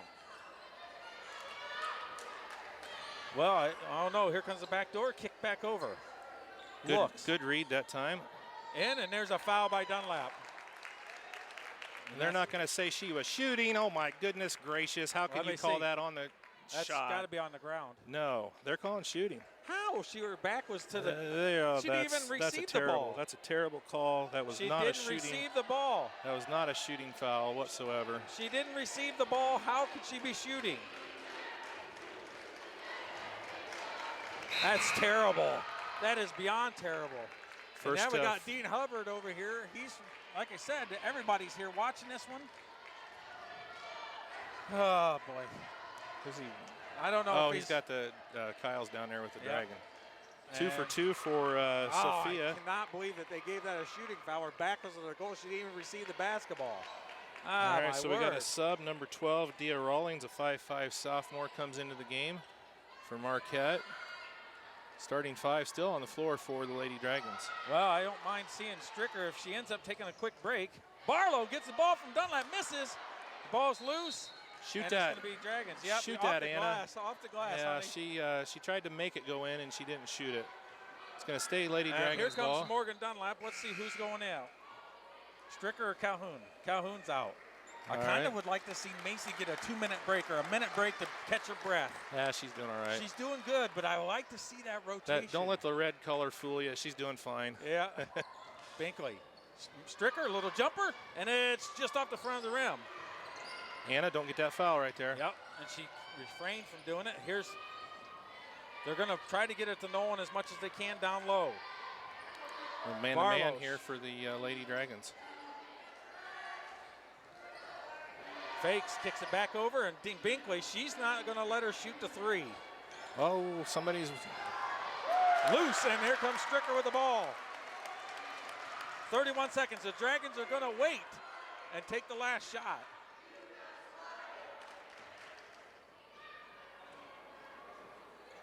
Stricker. And the Dragons have no problems letting the clock run. And I tell you what, so far, this is what we wanted to see. Wasn't sure we were going to get it, but we are definitely getting a show so far. Nice pass from Dunlap to her sister. Beautiful drive there by Courtney, and she found... and that's a great first quarter out of the Lady Dragons. Dragons up by 10, 14-4. That's been some quality basketball. This is the best they've played all season. Oh, by far. So 14-4 is the Lady Dragons lead here after 1. That was a beautiful drive, and then they Courtney did a good job. She drew everybody to her. Morgan found a little spot on the short corner and went in for an easy bucket. So great start here in the first quarter for the Lady Dragons. Not necessarily what I was thinking was going to happen, but definitely what I was hoping would happen here for the Lady Dragons. The Dragons cannot let off the throttle. Coach Teal has to keep his girls hammering down, working hard, because if nothing else, it creates very frustrations and very amount of fouls, so it's going to only benefit the Dragons. And you could see it when they already pulled no one out, and they're going to have to sub her in and get her other sister a break. But this is very, very good work from the Lady Dragons. It is a long game. It's not near over, but it's a great start. The Blazers' 4 points have all come on from Sophia Nolan. She's got 1 field goal and 2 free throws. Courtney Dunlap leads all scorers with 8 points in the first. Macy Stricker, Morgan Dunlap, and Anna Barlow all have 2. Well, second quarter. Dragons have held Michigan City 1 for 9 from the field. That is a great, great statistic. All right, still just 2 Nolans in, but not Emma. Emma is out. Sophia and Hannah are in for the Lady Blazers. Binkley with tough defense up top on Rawlings. And there's a kick. Good feet. You see her St. Francis bound soccer player skills right there. Good job by Kennedy Binkley. Well, yeah. It's hard not to be excited for a good quality game, and then when the Dragons are coming out like this, it gets everybody amped up. They were super excited. Here she goes. She's got a line. Pulls back, kicks it over. No one kicks it over. Rotates, fake shot, and it's rebound by Stricker. And there's a reach-in foul, and that's another great work. Stricker, that's her third from that backside, and just keeps catching the ball. That's on Crook. That's her second foul here in the first half. So Coach Colligan might want to get her out of the game, not sure. Well, Coach is telling them, hey, get back. There's no reason to foul underneath their basket. It's not going to do them any good when we're all the way at the other end. 4 team fouls on Marquette here so far in the first half. Dunlap gets it, fakes, going to drive. Over to Barlow for 3. And it's off the mark. Binkley battles, and it's loose, and it's going to be Dragons ball. Wow. Great work out of Binkley to try to fight for that rebound. What is Barlow? When you're feeling it, you're feeling it. You're taking a chance. She was wide open. Yeah, her dad's sitting down here in front of us thinking, hey, girl, where's that from? Well, she does have a smooth shot, about 15, so she wanted to try and see if she could get a 3 in. All right, ball is in. Dragons have it. I want to see that intensity, that fight and desire that they had. Over to back. Aye, that's a foul quicker in life. Dunlap, the freshman. And there's a foul on Nolan. Nolan. That's going to be her second on Sophia. So 2 fouls. That's. And here comes Emma for Sophia. Yeah. And I tell you what, Morgan Dunlap says, listen here. Look at Sophia. She's very rattled. She does not get rattled. I've seen her play a lot of times. She does not get rattled. But she's very rattled right now. I think the entire squad for Michigan City is Stricker, a little jumper, and it's just off the mark. I don't mind when we're missing because we are taking quality shots. We're not rushing anything. Just a couple of them haven't fallen. Good shots for the Lady Dragons. Kicks it out. Oh, travel. See her step, little stutter step before she passes it back. No one has it way out top. Barlow looks good defense out of Barlow. Emma is not as smooth out top as her sister. And the Dragons are getting rallied. Listen to the fans. And the coach over here is not sure what they're supposed to be running because they're not doing anything at the moment. And I think it's just the defense of the Lady Dragons. She rotates, looks now wide open, and it's way off the mark. No rebound. And there's going to be a foul. I don't know who they're going to get. Barlow? Nope, I think it's on Binkley, and that's her second. 2-2, yep. So that's her first, isn't it? That's her first, yes. Here's looks, kicks it in. Drives, and she just travels trying to run it in for no reason. And the coach over there, I gotta like her. She's been around basketball a long time because all she did was clap and say, yeah. She looks at her bench because they're yelling and she's like, just travel. Yeah. You know, she understands the game. 5:49 left to go here in the first half. 14-4 is their score. Crossover. Here comes Dunlap for a layup. And it misses. It's They're going to call the foul. It's going to be on Carrick, Nolan. number 22. It is. 22? Yeah, it's their third. Crook, yeah. Crook's third. Oh, already. she's definitely going to have to go to the bench. And there goes number 10. Maravich is going to come back in. Coming back in, and out comes Crook.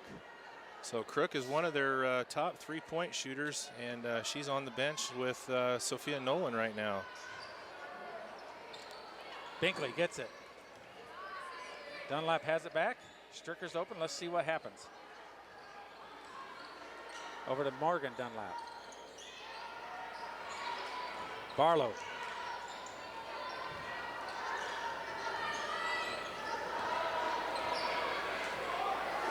Morgan has it. Fakes. Stricker back over to Courtney.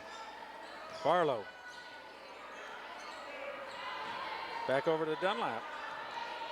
Courtney crossover. Stricker fakes, goes, nope, comes back around. It's all right. We can run some clock right here. The Dragons do not need to rush. This is good quality offense from them. Stricker, three, and it's just off the mark. Barlow with the rebound, foul, and that's an easy foul to call. Second foul. Anna's got to be smart right there and just let that go. The girl had the rebound. And Rachel Kuntz is going to come in with 2 fouls on Anna Barlow with 4:53 left to go. Well, it's a good attempt from Stricker, and Barlow's got to be smarter than that.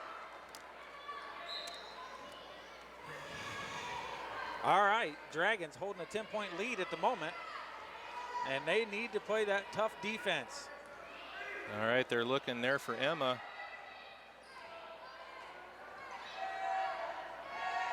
By Binkley, are they really? Oh, it's terrible. That's Binkley's second foul, so Dragons 4 of 4. Well, this could be another position on Kuntz, and Kuntz gets the foul, and she's shooting 2. Well, that was a good job by Hannah Nolan. She got good position, body position on Rachel Kuntz, and nice inbounds pass, and she's going to go to the line shooting 2. And that's going to be the first foul of the game for Rachel Kuntz, and the 6th team foul on the Lady Dragons. So Hannah Nolan at the line shooting 2, and she's off the back iron on the first one. Misses the first one. I tell you what. All right, second free throw is good. Off the front and good for Hannah. 1 for 2. All right, 16-8. Dragons still going pretty well, working hard. Kicks it over. Stricker has it. Back over to Dunlap. She has the sophomore on her. Oh, what a fake! Goes up, misses. Binkley with the rebound. Dunlap gets the ball back. What a fake out of Morgan Dunlap. She had to just finish that play, and that would have been something to see.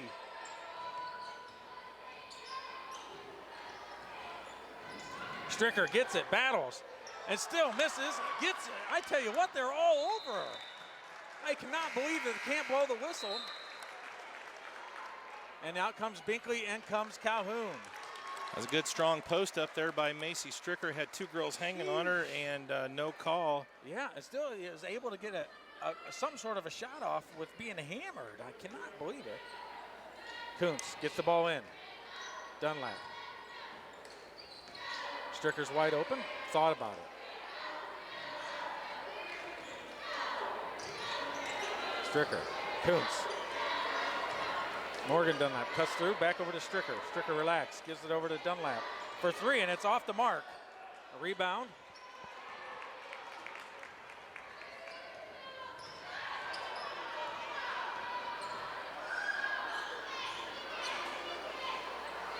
Dragons back in man-to-man.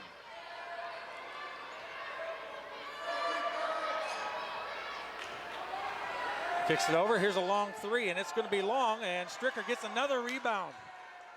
She was looking at Calhoun, and Calhoun didn't put her head up when she was going down the court. Dunlap for 2, off the mark. Tips, battles, tips out, and it goes over to Calhoun.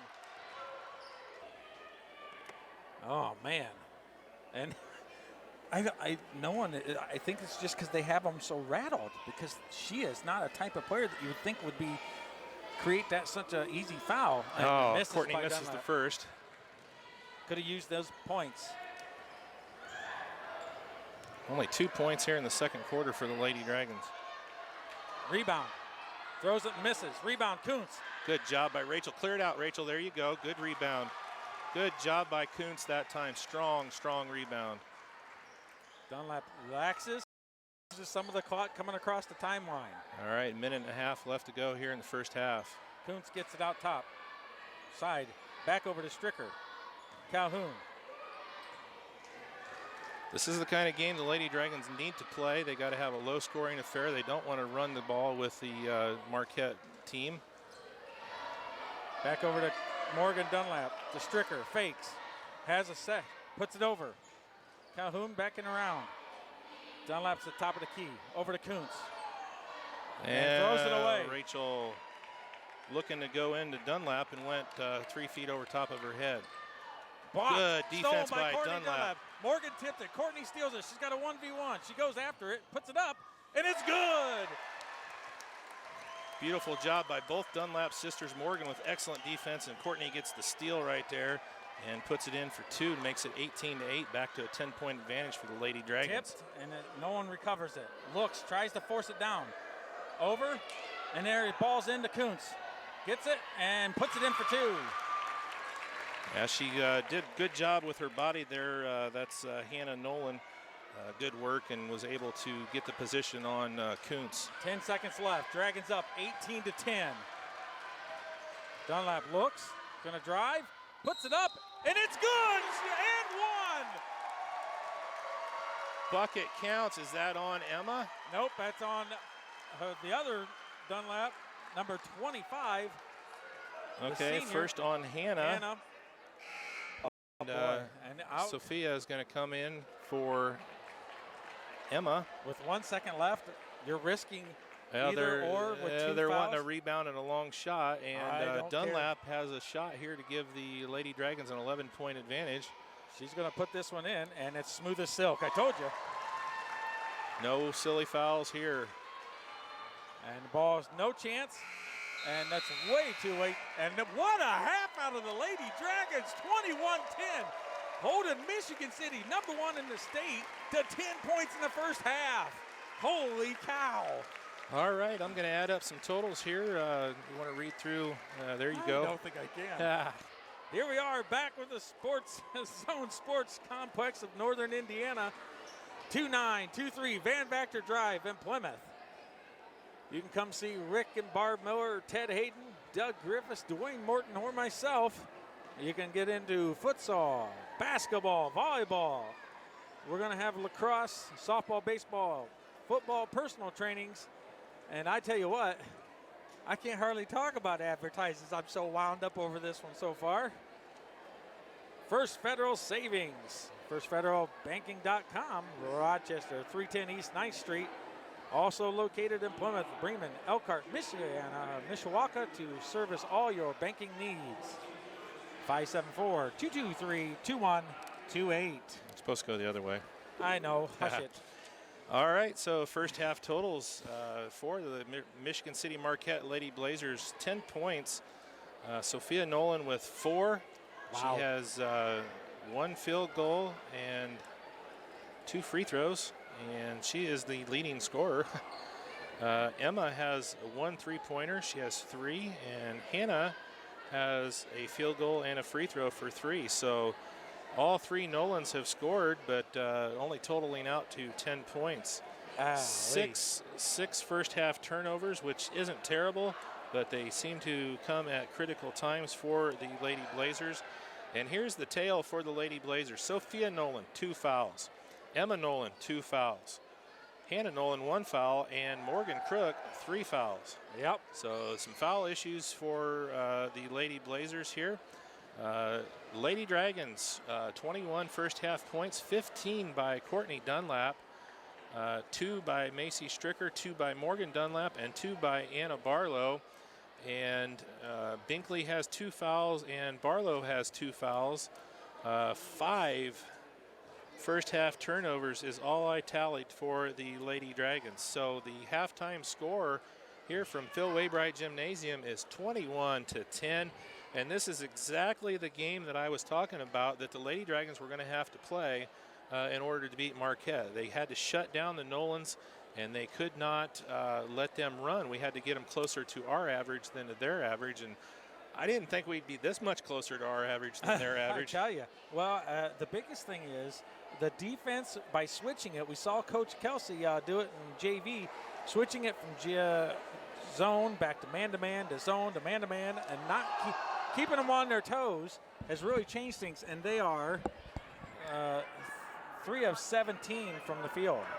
So that's just crazy statistics. In the first half, might not have caught it, but they are 3 of 17 from the field. 3 of 17 from the field. Oh, boy. Keeping them on their toes, and the Dragons just need to keep this up, keep working hard, waiting for the smart, high-percentage shots like they have been, and just keep this going. It's just very, very good basketball at the moment. I tell you.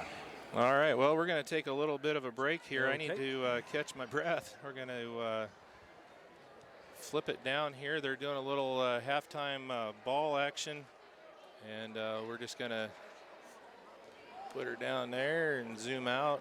Alex is yelling at me for getting away from his camera. And we're just going to let you see a little bit of halftime action here from Phil Waybright Gymnasium. We got about 6.5 minutes to go here before the start of the second half, where the number 3 Argos Lady Dragons are up 21-10 over the Marquette Lady Blazers.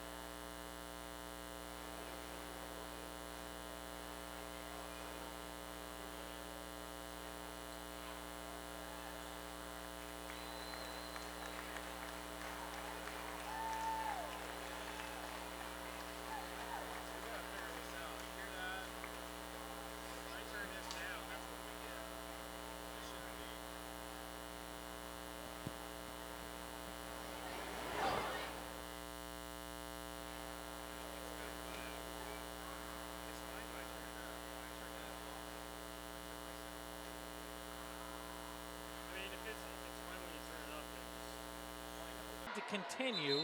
Only her second the entire game. It's her first. First. That's her first. What? Ay, ay, ay, I'm misspoken. That's great work out of her. And it didn't go to Barlow.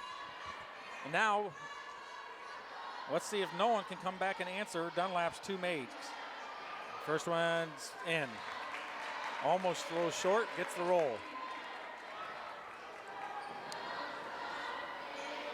Let's see if we can get a nice over to back on a rebound here, and that would just be fine by me. Second one's up, and it's off, and rebound Barlow. So she can't match it, and the Dragons get the ball.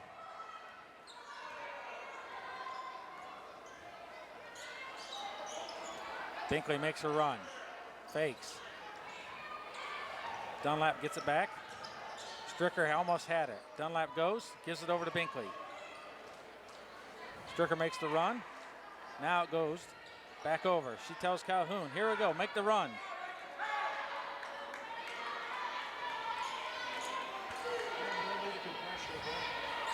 They're scared to pressure at the moment. Dunlap drives, goes back, fakes, gives it to Binkley. Oh, nice pass to Binkley. Oh, what a pass. What a pass. Binkley with a great bucket. Pass by Dunlap with a left-handed pitcher's mound. Boom, right to her. Kicks it out. Here's Crook for a long three. She's been off all night, and she still is. Ball's loose. Rebound. Throws it away, and Lady Blazers retaining it. Crook again for a long three, and it's finally in. 1 of 5.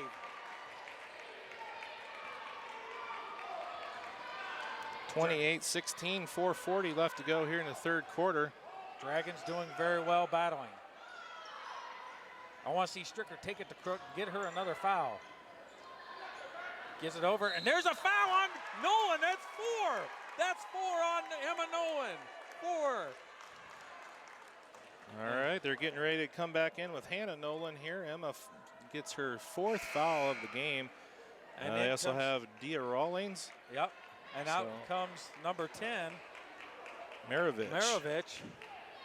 And look at Coach is trying to settle her down. She's crying over here, and that's just how bad it's been for her. Barlow gets the ball, looks. Come on, take that in strong, Barlow. Binkley has it, gives it over. Calhoun for 3, and it's off the mark, loose.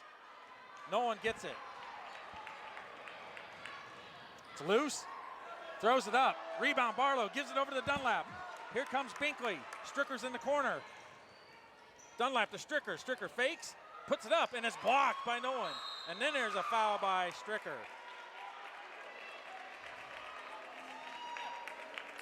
Well, 6'2" girl, I told her she's got to go up strong with the shot fake and get her in the air, and she didn't do that, and she gets blocked and then creates the silly foul from the other end of the floor. Well, second foul here of the game for Macy, and second team foul of the quarter. The Dragons need to keep battling, working hard. They already have them frustrated. And here comes Morgan Dunlap's going to check in for the Dragons. Nolan versus Dunlap, puts it in for 2. Still a long way to go here. The Lady Dragons can't get complacent. They're only up 10 with 3:40 left to go in the third. And Coach Teal's going to get a timeout here. 3:38 left to go. 28-18 is the score. Lady Dragons are ahead of Michigan City. I'd like to thank Rob Herford of H&H Contracting and Herford Home Inspections. Also wish him a great big old happy birthday today. He does concrete work, gutters, roofing, general contracting, and home inspections. You can give Rob a call at 574-498-6013. He'll give you an inspection of your property you're looking to buy, and then he can also help you fix it up when you do get it purchased. Rob Herford, 574-498-6013, and happy birthday to Rob. All right, full timeout on the floor. 3:38 left to go here in the third, and Lady Dragons, let's see, halftime was 21-10, so it's 7-8, so not too bad here for the start of the third quarter for the Lady Dragons. Just got to keep pressing away, and you know, we've seen Sophia Nolan get a couple shots. We've seen Crook finally hit a 3, so we've got to keep the pressure defense going. Well, now you got Morgan Dunlap in for Calhoun, and I like it. I think that's a good sub. Nothing wrong with changing it up a bit. But Calhoun had a great 3, and then Morgan, when she was in, had real nice ball fake and was taking it right at him, trying to draw some fouls. Binkley gets the ball. Stricker comes through. Back over to Dunlap.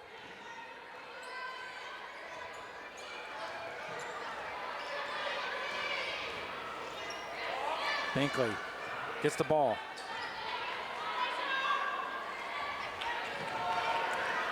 I want to see Stricker open. Barlow for a little jumper. It's off the mark. Tipped, taken by, and it's blocked. Dunlap goes, and it's blocked again. They're going to call a foul on Dunlap. Morgan Dunn. She's trying to draw the foul. So the Dragons need to get out on them. Defense. You can't sit back and wait. Crook puts it in the corner. Long 3, and it's good. Dragons up by 7. Coach has slowed the game down, and I don't like it. I want to see the run and possession that they had at the beginning. Crook was a reach in. Barlow. Dunlap. Stricker's open. Foul. Ay, ay, ay. Smack the hands all you want tonight.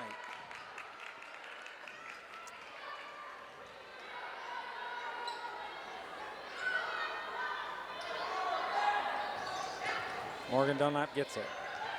Run into by Nolan. That's such a foul. Body check. Here we go. Dunlap sets it up. Jumper, puts it in, and it's a smooth shot.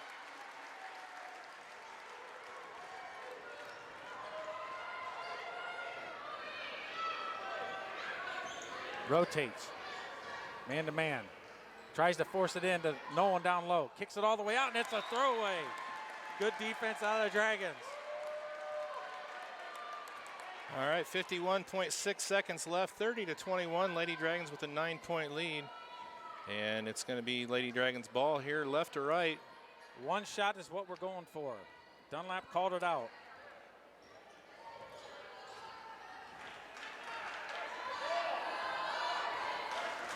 Now he's got to count. They're scared to pressure on Dunlap because she got a quick step and dribble. Barlow gets it. Back door, Stricker.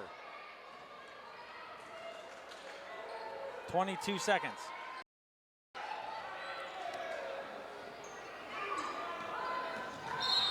There's a foul. That's on Joseph. That's her second, team's 4th. Team's 3rd. 15 seconds left here in the 3rd quarter.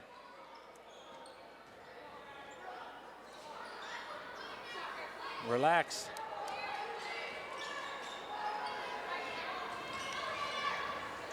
Drives, misses. Barlow misses. No one goes. Heave ho. And it's off the mark. All right, at the end of the 3rd quarter, Lady Dragons holding on to a 9-point advantage, 30-21. And we're going to take a break and be back here in just a moment. CNS Outdoor Power Equipment owners Richie and Amy Miller, located on North Michigan Street in Argos, 574-892-5790. Hours of operation Tuesday through Saturday, 8:30 through 5. They have Toro, Kohler, Steel, mowers, trimmers, chainsaws, snowblowers, and much more. Chainsaw sharpening service, lawnmower repair, on-site service calls are available. Pickup and delivery also available. Right across the parking lot from CNS Outdoor Power Equipment is CNS Automotive, also owned by Richie and Amy Miller. Phone number for CNS Automotive is 574-892-9100. Full service auto repair. They do oil changes, AC service, tune-ups, diagnostic services, tire repair, tire sales, and much, much more. 8 minutes left to go here. Andy, 9-point lead for the Lady Dragons, but the Nolans are warming up. Sophia had a big quarter right there. She's got 4, 7, 8, 9, 10 on the game now for the Lady Blazers. So well, the Dragons have done very well holding the girls down, but it's a tough team, and let's see what happens now. 9 points is not a big lead probably for a team like Marquette, so we got to keep your foot down on them and playing some tough defense. 3 over here on the wing for Stricker to guard. Crook tries it and gets it to roll. I don't know how, but it went in, and that's all that matters. 5th point of the game for Morgan Crook. She's got a 3, and then that drive right there. So she's starting to warm up as well. Need to take it to them. They've got foul trouble galore. Do the Lady Blazers. Barlow gets it.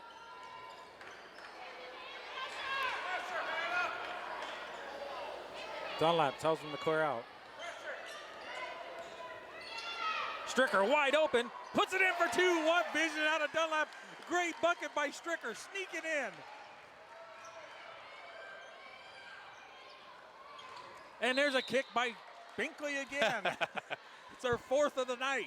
She's trying to score a goal. I swear she's doing that. She's already committed. She doesn't need to impress any soccer coaches here tonight. That's what you like. Fast, quick feet, tense defense. Dragons stepping out, 2-3 zone. Crook tries to get it, kicks all the way. Kind of a wild pass. Back over to Crook. Dunlap's on her. Crook can't go anywhere. It's loose. And it's thrown and stolen by Dunlap. Dunlap takes it down. Loses it. Picked up by Morgan Dunlap. Back over to Binkley. Coach Steele's telling him to slow it down, take your time. We've got a 32-23 lead, 6.5 minutes left. Barlow gets it out. Binkley. Stricker wide open for 3. Oh, it's in and out. It's a good quality shot. Stricker stands her ground. No one misses. Comes off out of bounds and catches the ball. Takes it up, misses. Barlow with the foul. Well, if you reestablish your position with both feet in bounds before you touch the ball, that's okay. And I guess that's what they're saying was what happened there for Nolan. And still, she got 3 chances. Shots out of that team, and I cannot believe. And it's just got to be because of the intensity of the Lady Dragons. All right, Emma Nolan at the line. Sophia Nolan at the line, shooting That's 2. 4 for Barlow. Already 4? That's only her 3rd, isn't it? I've only got her for 3. Yeah. Nolan puts in the free throw. And now comes Barlow and goes Kuntz. That's her 4th? I got 3. I don't know where they're getting 4 from. I mean, they're the official scorers, but I sure don't have 4 for Anna. Well, it's going to have to be a long-fought game. Kuntz is going to have to step it up. 6 minutes to go here. Second free throw for Nolan is good. Hands on her. Little full court pressure here by the Lady Blazers. Knocked out of bounds. It's going to stay Lady Dragons ball, but everybody kind of left Courtney, and they had 3 Lady Blazers guarding her. Well, I didn't realize that Barlow had 4. So me neither. I didn't have her down for 4. Does Doug have her down for 4? I don't know. Dunlap pulls back. Looks. Binkley. Foul. It's going to be on Joseph. That's her 3rd. And team's 4th. 7-point Lady Dragon Well, the lead. Dragons need to penetrate, get some chances for some rebounds because now they got Emma Nolan back in, and she needs to get her 5th. Tapped. Dunlap has it. Stricker with the back door. Oh, and she saw it and was a little late. That would have been a great opportunity for a help side foul from one of the Nolans. Tipped out. Dragons ball. Tried to wrap it around number 12, Dia Rawlings, and she got her hand in there and knocks it out.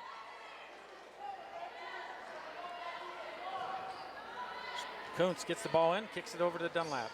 A lot of hands there by Sophia. Dunlap's got to take it to Crook. She's got 4 fouls. 3 fouls. 3. Stricker. Binkley in the corner. Down to Kuntz. Kuntz back over to Dunlap. Reach in, not called. Now it's a breakaway. Misses. Rebound Kuntz. And there's going to be a jump ball. Going to go Argos on the jump ball call. War of attrition, and right now the clock is working its way down slowly. 6,000 degrees below. A lot of time left in the game. I tell you, it's just one of those nerve-wracking situations. Dragons need to come out, keep playing very tough defense. Well, there's 2 Marquette players in foul trouble, big time. Emma Nolan has 4, and Morgan Crook has 4. Sophia Nolan only has 2. Emery Joseph is in 3 fouls. So Joseph is in, both Nolans are in, and Crook is in. So Lady Dragons need to drive to the bucket. We got 2 players with 4 fouls, 1 player with 3. They need to create something. Kuntz gets it, back over to Stricker.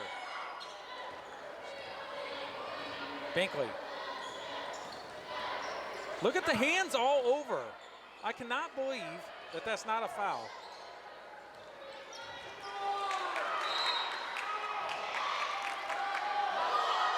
We're going to say it went off of a Marquette player out of bounds. It's going to be Lady Dragons ball. Should have been a foul anyways. Yeah, But here we go. Stricker. Good work out of Stricker. Dribble out of problems. Back door to Dunlap. Dunlap looks and relaxes. She's in the corner and loses it. All the way in the corner. Crook to Nolan. Puts it up and it's in.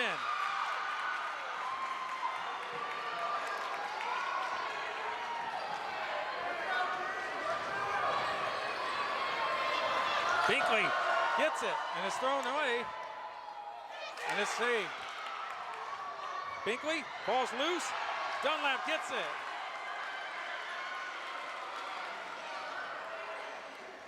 Get the foul, there it is. And that's the 4th or 5th foul.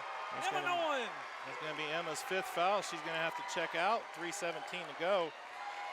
3-point game here, 32-29. Lady Dragons holding on, but big time play right there. And Nolan's going to go out. That's the 16th foul on the Lady Blazers. So it's going to come down to some free throws here before this one's over. And here comes Barlow again. Kuntz is out.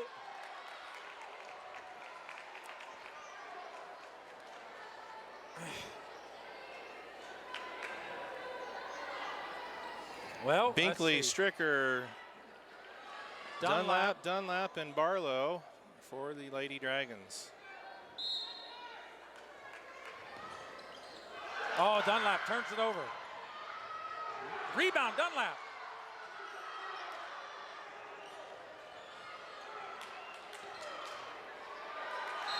Foul. That's going to be on number 21, Joseph, and that's going to be her 4th foul, and that's going to put the Lady Dragons at the line. Courtney Dunlap's going to shoot 1-and-1 here with 3:05 left to go. Got to hit both of these. Big free throws. I don't know. We've talked about it before, the inconsistency of the officiating staffs at times. It has been an all-out brawl, nothing's called, and then touch fouls. I don't understand it. Dunlap makes the first one. Her 8th of the game. Gives them a 4-point lead, 33-29, 3:05 left to go. Dunlap has one more here. And second one is good as well. Kicks it up, travels. Loses it out of bounds. Crook falls down and creates a 3rd turnover of the quarter here for Marquette. Well, once in a while you need a bit of luck, and that will do it. And that will rattle Crook. She is absolutely rattled. Did Boyd have his foot out up there? Kennedy Binkley gets the ball. Gives it back to Stricker. Stricker fakes, sets it up. They need to go at Crook. Oh, picks her pocket. Crook with a great little play. And Morgan Dunlap's creating a little bit of a slowdown. And there's nothing wrong with that. Crook with the ball into Nolan. Nolan throws it in. No.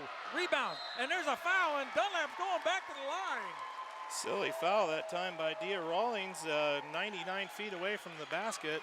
And she's going to put Courtney Dunlap at the line shooting 1-1.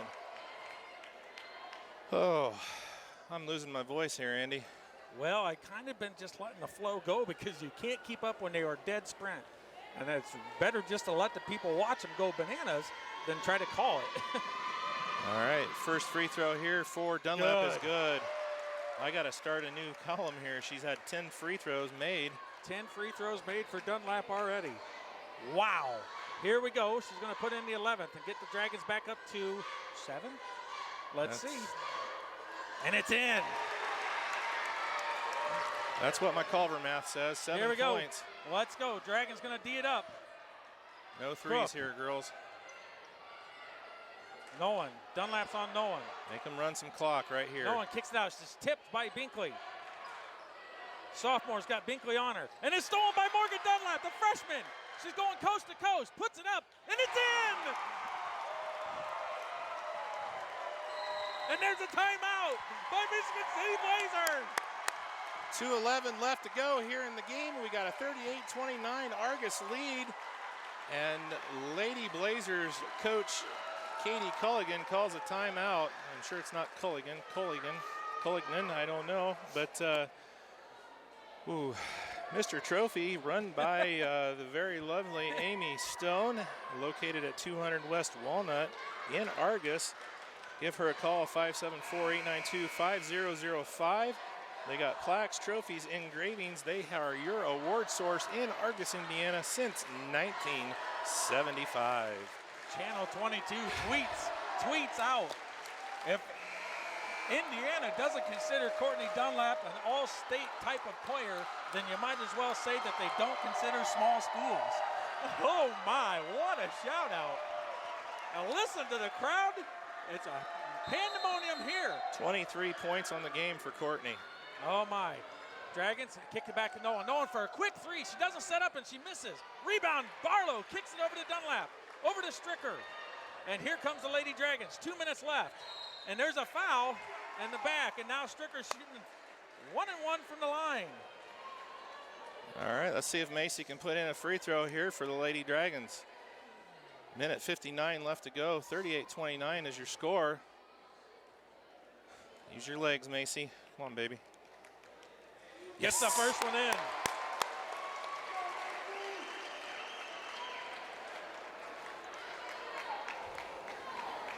Makes it a 10-point lead. Second one is good. No. Off the mark. Minute 57, 10-point lead for the Lady Dragons. Down. Nolan puts it up, and it's a good bucket. Barlow smart without getting the foul. Here comes Dunlap. She breaks him. Gets the ball over to Stricker, and they relax. Binkley. Courtney Dunlap gets the ball way out top. Crook tries to get it. Stricker has it. Well, she's not going to foul her. You know Crook's got 4, so. Yep. Binkley goes. Reached in, gives it back over. She already got rid of the ball, and they call a travel. Boy. Minute 25 left. 5th turnover of the quarter for the Lady Dragons, an 8-point lead. Minute 25 left to go. And they got to get up there. Okay, they can't let them roll the ball and not get the clock started. Oh, a straight hand. There's the ball loose. The ball's Binkley, loose. Binkley, hold on to it, Morgan. Travels. Huge hustle play that time by Binkley, and good effort there by Morgan Dunlap, the freshman. I cannot believe that there was a foul, but it was ball loose. Everybody's scattering, bodies flying. Somebody's got to go up there. They're letting time run off the clock, or not run off the clock. Crook tries to get it down, forcing it to Nolan. It's not going to get there. Binkley. They're trying to get it over to Nolan.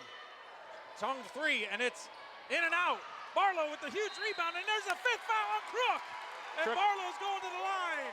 Shooting 2. Shooting 2, double bonus time for the Lady Dragons, and Morgan Crook has just fouled out of the game for the Lady Blazers.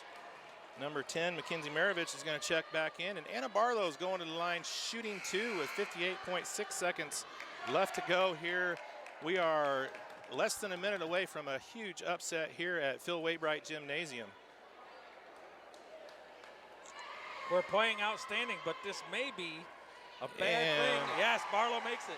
Bad for maybe a possible rematch in sectional type games. No, it's not. All right. No, it's not. No, it's not. It's well worth it. Barlow puts 2 them for both 2. in. Anna Barlow, good job. 41-31, under a minute to go. And oh my word, Dragons come out and play the game of their season, and they are doing outstanding. A quick 3. She's not even checking up to square up, and rebound for Stricker. Kicks it over. Dunlap. Binkley wide open. Hold it up, down, Kenny. And gives it to Morgan Dunlap. Puts it in, and it's a great bucket out of the Dragons. Okay, don't hold it up if you got that shot opportunity. Good job, Long Binkley. 3. It's a rush shot. It's in and out. Barlow with another rebound. Stricker gets the ball, and it's going to be a jump ball. Timeout, Coach Teal. Coach Teal calls Coach a timeout. Teal, timeout. 24.9, good call by Coach Teal. 43-31 is the score. And good hustle effort that time by Macy Stricker. And the Lady Dragons are on their way. They've got a 12-point lead. Hey, looky there. There's your bald buddy, there Mr. goes Minix Minix. and the gang flipping out. They were here watching. We've got players and scouts from all over the place, and they are going to be nervous. Oregon Davis will be nervous to play the Lady Dragons after this performance. And there, you see Bailey Nifong waving to Minix as he went out the door. Yeah. Oh, boy. All right. Well, Nice. you've talked in previous times about how impressed you are with the shine that he keeps. You know, He does. both He's being got it of going the on. Bald nature. hairless head nature, and I got to figure it out, man. Yeah. He's buffing it. you're just gonna have to go up there to him and say, Terry, give me your tips. Terry, tell me what you think. Is it a 4.5-inch angle grinder with a buffer head, or what do you got going on there? So, oh boy, if we're getting a little giddy, it's acceptable today. 24.9 left to go. 12-point Dragon advantage is the biggest lead of the game for the Lady Biggest Dragons. lead of the game. And listen to the crowd. You got to, I told them they had to keep them close to their average on defense, and they're doing it. 25 points. They're just 31 points for Michigan City. Morgan Dunlap comes across the line, gives it over to Courtney, and she's fouled immediately. Shooting 2. That's her first foul of the game, but at this point, it's a little moot right now.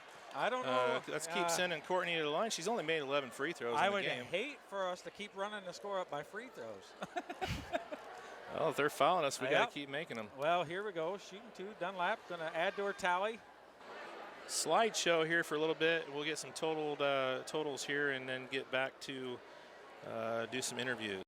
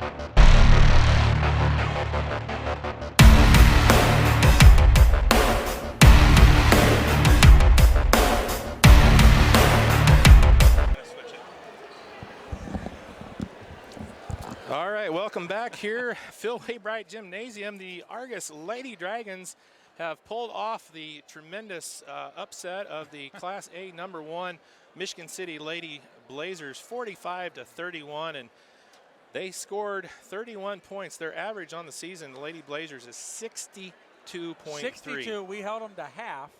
What was the shooting percentage at the end of the game? But I know at halftime they were down, and we were just defensively shutting them down. What did we hold them to first half? What was it? 10 points, I Doug's think? got 10 points 10, at the half, yes. 21-10 at the half. That is just tremendous. 21 points for the second half. That's still tremendous. So with the scoring totals here for the Lady Blazers, Sophia Nolan leads their team with 12. Morgan Crook has 5. Listen to this. Sophia Nolan with 12. She averages 18. Yep. Okay. Emma Nolan has 9. She averages 16. Morgan Crook averages 10. She gets 5. Hannah Nolan comes in and has 5 points for the Lady Blazers. They have 4 turnovers. Let's see, 4. They had 6 in the first half, and they had 5. Only 11 turnovers for the game for the Lady Blazers, which is pretty clean. For your Lady Dragons, of course, Courtney Dunlap with 25 points. She made 13 free throws, over half of her 13 points. 13 free throws? Wow. Morgan Dunlap scores 6. Macy Stricker with 5. Anna Barlow with 4. Emily Calhoun with a huge 3 there to start the half. Second half. Oh, my. And Kennedy Binkley with a bucket. And Lady Dragons with 5. I only got them basically with 10 turnovers in the game. So pretty clean game. But the defensive effort of the Argos Lady Dragons is what won the night for them. It was the defense and then just smart, high percentage shots. That was what I was very impressed. We had a lot of bunnies or layups type plays due to the fact that they'd collapse on Dunlap and we'd whip it in, or just we would constantly rotate the ball and get a good shot, a high percentage shot. And then when we did take a chance with the 3, we didn't do a lot of them tonight, but Calhoun's was huge. And then the steal for Dunlap to get that lay-in really started sparking the offensive attack. Here, I'm going to let you. And here we go. What a pass. We were trying to get a player, but a little camera shy. That's just how it goes. So tremendous work. So I'm going to get Macy Stricker in. Let Andy do it. Arg. All right. Macy's ultra excited. Don't look at the camera or nothing. So how big a victory is that for you guys? Oh, it's huge. We just got knocked down at number 3, but I think they made a huge mistake. Well, I couldn't have said it better myself. I tell you what, we knew it was a big game. You have our lovely presence here tonight, but then you have Doug Griffiths in from the Pilot. You have Channel 22. You got Channel 16 on the tip-off before the game even started out on the court. It was a huge, huge game. And, boy, did you guys not disappoint. No, we had too many fans here to disappoint for tonight. Oh, I tell you, the teamwork was outstanding. Everybody came to it. I talked to you a little bit before the game saying, hey, we need 16 out of you to really give us that fighting edge to go after it. But you know what? When it come down to it, we didn't need all the points. We just needed that tough defense you guys had. Yeah, that was the key. We needed to stop the Nolan girls, and we did. And also Crook, she's been shooting 3s this year, and she airballed that first one, and she was done. Yeah, there was a lot of frustration out of the players, and that's just because of the tenacity as you girls showed as a team all over them. I don't know if you realize that they averaged 62 points. You guys held them to 31. 10 points, first half only for them. They were 2 of 17 from the field. That's pretty impressive. So, you had a couple of good opportunities. We liked the high-quality shots that the Dragons were shooting tonight. And that's, when everybody came in, they did what they had to do. Barlow got in a little bit of foul trouble, but you guys managed to work through that. So, but I want to tell you congratulations. There was a lot of people counting a different score. Obviously, John Harrell did not predict this win. A lot of people said we were going to lose by 12, but in fact, we won by a fair amount tonight, huh? Yeah. She's not much for interviews, as you can tell. She's a little nervous, but hey, I want to tell you congratulations and very good game, outstanding work. Even if you don't score 100 points, holding them down and beating them with just a pure frustration, and it works. Defense wins championships. That's for sure. All righty. Well, we're going to get the next person up here. We're trying to get Dunlap or a couple other players, but so far they haven't made it up here. And I'm going to see what we can do. See them right down there talking. Go down there and yell at them and see what we can do to get Dunlap up here. So I tell you what, a couple of stats here. While we're waiting, I'm going to bring in Doug Griffiths over here. Oh, wait, he's going to talk to Coach Teal. Well, we're trying to get Teal up here first. See what we can do. Here he comes. He's the man. I talked to Coach Kelsey and them before the game and said that we're going to do what we always do, but we're going to step it up intensity-wise, and boy, did it pay off. First half, holding them to 10 points, that's just tremendous. All right, so I got Anna Barlow coming over, and we're going to have Anna Barlow come in here. She's in the hot seat today. All right, go ahead and get your headphones on. All right, Anna, well, how you feeling? Well, after that win, I feel pretty good. I tell you what, a lot of people had us down for the count, and you guys played your best team performance. Yeah, I agree. So we talked about keys of winning the game and being tough on the boards. And I'm not sure on the stats. I haven't got them down there as far as rebounds, but the crucial rebounds you had is the ones where you drew the over-the-back fouls. Yeah. So what was your thoughts on the performance tonight? I thought everyone did extraordinary. Everyone knew, everybody knew their role, and we all executed, so that's how we won. It was a total team performance. I don't know, you guys, they averaged 62 points a game. You held them to half of that for a total game. First half, you held them to 10 points, 2 of 17 from the field. That is such a major accomplishment defensively. I tell you, I can't tell you how proud we all are. Everybody was beyond excited. The crowd was into it, and I think that they're going to give us a newfound respect here. What do you think? I agree. Maybe they won't put us in third anymore. Well, Macy said the same thing, and I know you girls take that to heart, but that's just a number. But I tell you what, Macy said it best. They moved us to number 3, and I think they made a mistake. Yep, I agree. I agree. Well, I tell you what a way to come out. You guys have just passed your best all-time start for a regular season. 9-0, taking out number 1. Both teams undefeated. One left with a defeat, and it's not the Lady Dragons. Well, congratulations, and what a great game. Thank you. All righty. So we got Binkley over here. She looks nervous and excited all at once. So, Kennedy Binkley. Thank you. Ginsburg, Anna. Let me just get this stat sheet. I can't even count the massive amount of points she had tonight. Binkley with, let me see, 2. But you know what? Hey, that's a record. But that was a great 2 points. It was when we needed it, and it was what we were doing by all-out hustle and good vision from the team. Yeah. So, we talked about defense being the key, and you're one of the main defenders. Lots of tips, loose balls, and action on the ground. What do you think was the biggest turning point for the game? Well, honestly, I think it was at halftime when we held them to 10 points. I mean, that's a huge defensive win for us right there. Well, I tell you what, I can't agree more. When you guys can hold a team like this, there's not a single player that got near their average. Almost every player on their team was half of what they average per game. And then you held the entire team to half of what they get. We've talked about it in multiple sports. We've always talked about offense will win a game, but defense wins championships. And, it was a big part of the team last year. Yeah, I really agree with that. I think that everyone knows on the team that defense is what wins games, and everyone knows, their role in defense and on the team. And I think that's what really wins us the game because we play as a team. You got that right. Everybody was working hard. We were kind of nervous, not sure what was going to happen, if they were going to come out, firing on all pistons with a massive halftime speech from their coach. And then, a little quiet Emily Calhoun comes out and sinks a big 3 right at the beginning. And it kind of sparked us. And then we got a little bit of a lull.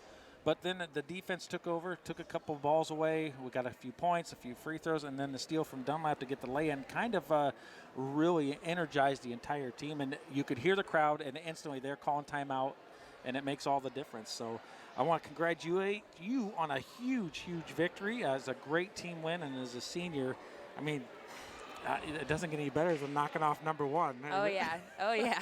Well, we've talked about it. Many people have. We're a small school. We're a public school. We just play with what we have.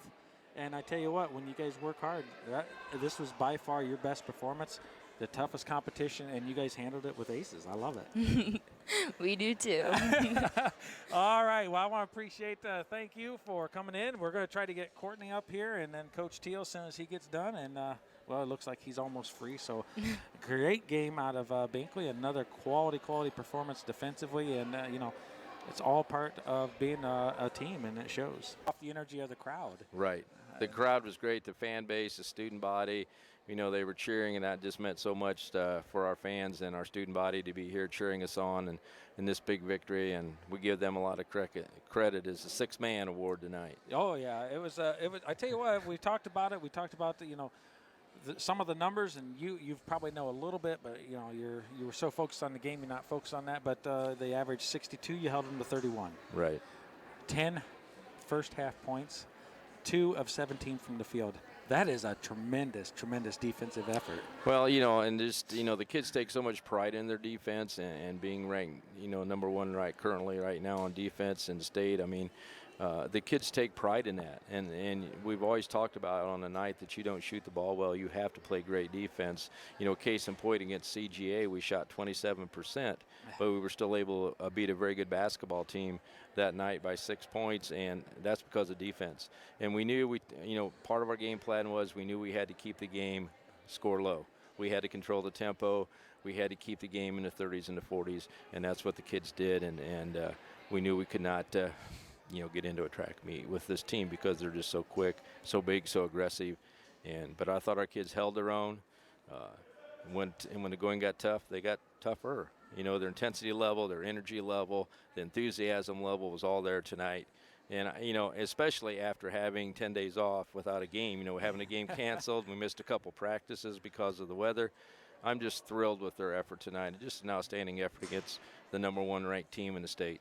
Well, we talked about it. We said there's a few things. We were either going to come out and be rested or come out and be rusty. Right. and luckily it was the rested part. And, I talked to some of the keys of the game for winning this would be battling on the boards in times. And I told Anna, I said there was 3 biggest rebounds that you had tonight was the ones that you drew over the backs on everyone. Every time. And that really hurt. And when, the Nolan girls are very tough, the Twins are just amazing young players, and they've got a bright future. But when you bring them off with 4 fouls and they come off the court crying, you know that you have done your job. And you don't want to see that out of a player, but that's how frustrated and how hard they were trying to do something, and we were able to break them down. Right. And that's just amazing. And it takes great communication on your defense. And our kids had great communication tonight on our defensive effort. And, with Rachel coming in, Kuntz, she gave us a good spell in there tonight when Anna was in foul trouble, and the kids helped her know where she needed to be. And I thought Morgan Dunlap also came off the bench and did a great job for us as well. So the team communication, and the kids have bought into that, and they do a great job helping each other. We've really been working hard on blocking out because we knew that we could not give them putbacks. And I thought the kids did a great job controlling the defensive boards tonight and not giving them a lot of second chance opportunities. And that was big as well as the defense. And then, the free throws down the stretch. Yeah, that was impressive. Last quarter, Courtney goes 6 for 6. Anna goes 2 for 2.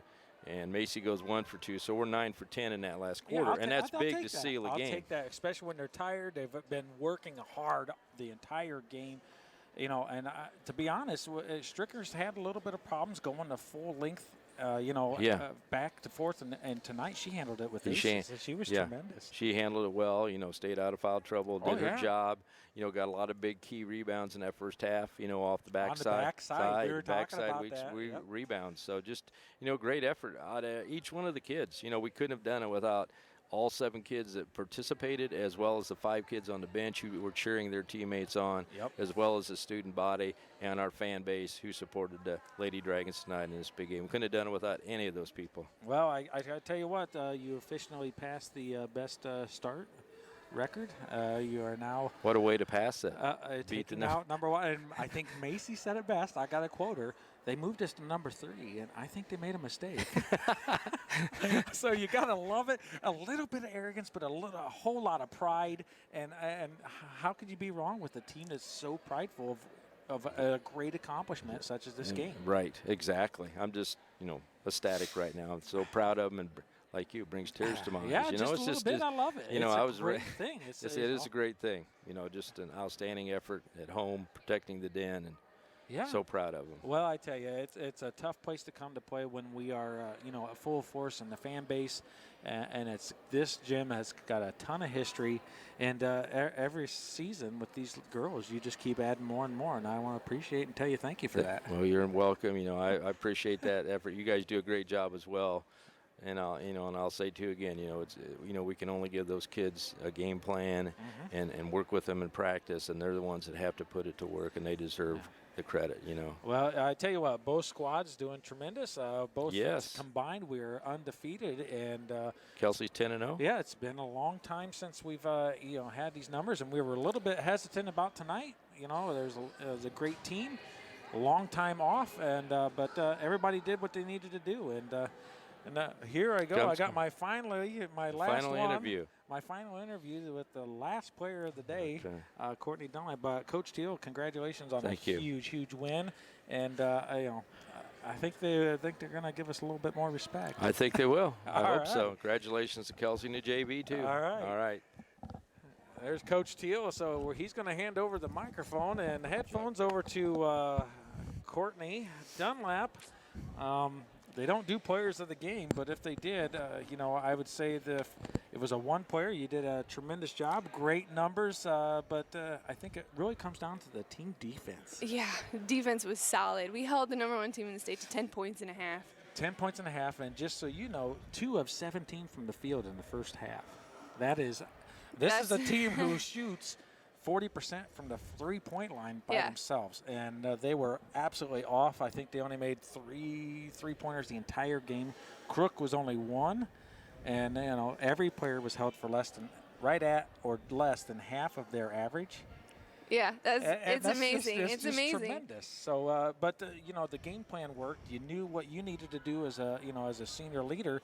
You had some good vision and a ton of assists to go along with, a few points. Let me see here. 25. You've once in a while in this season, you've had a little issue with some free throws here and there. But tonight, wow, fourth quarter free throws, tremendous. Yeah.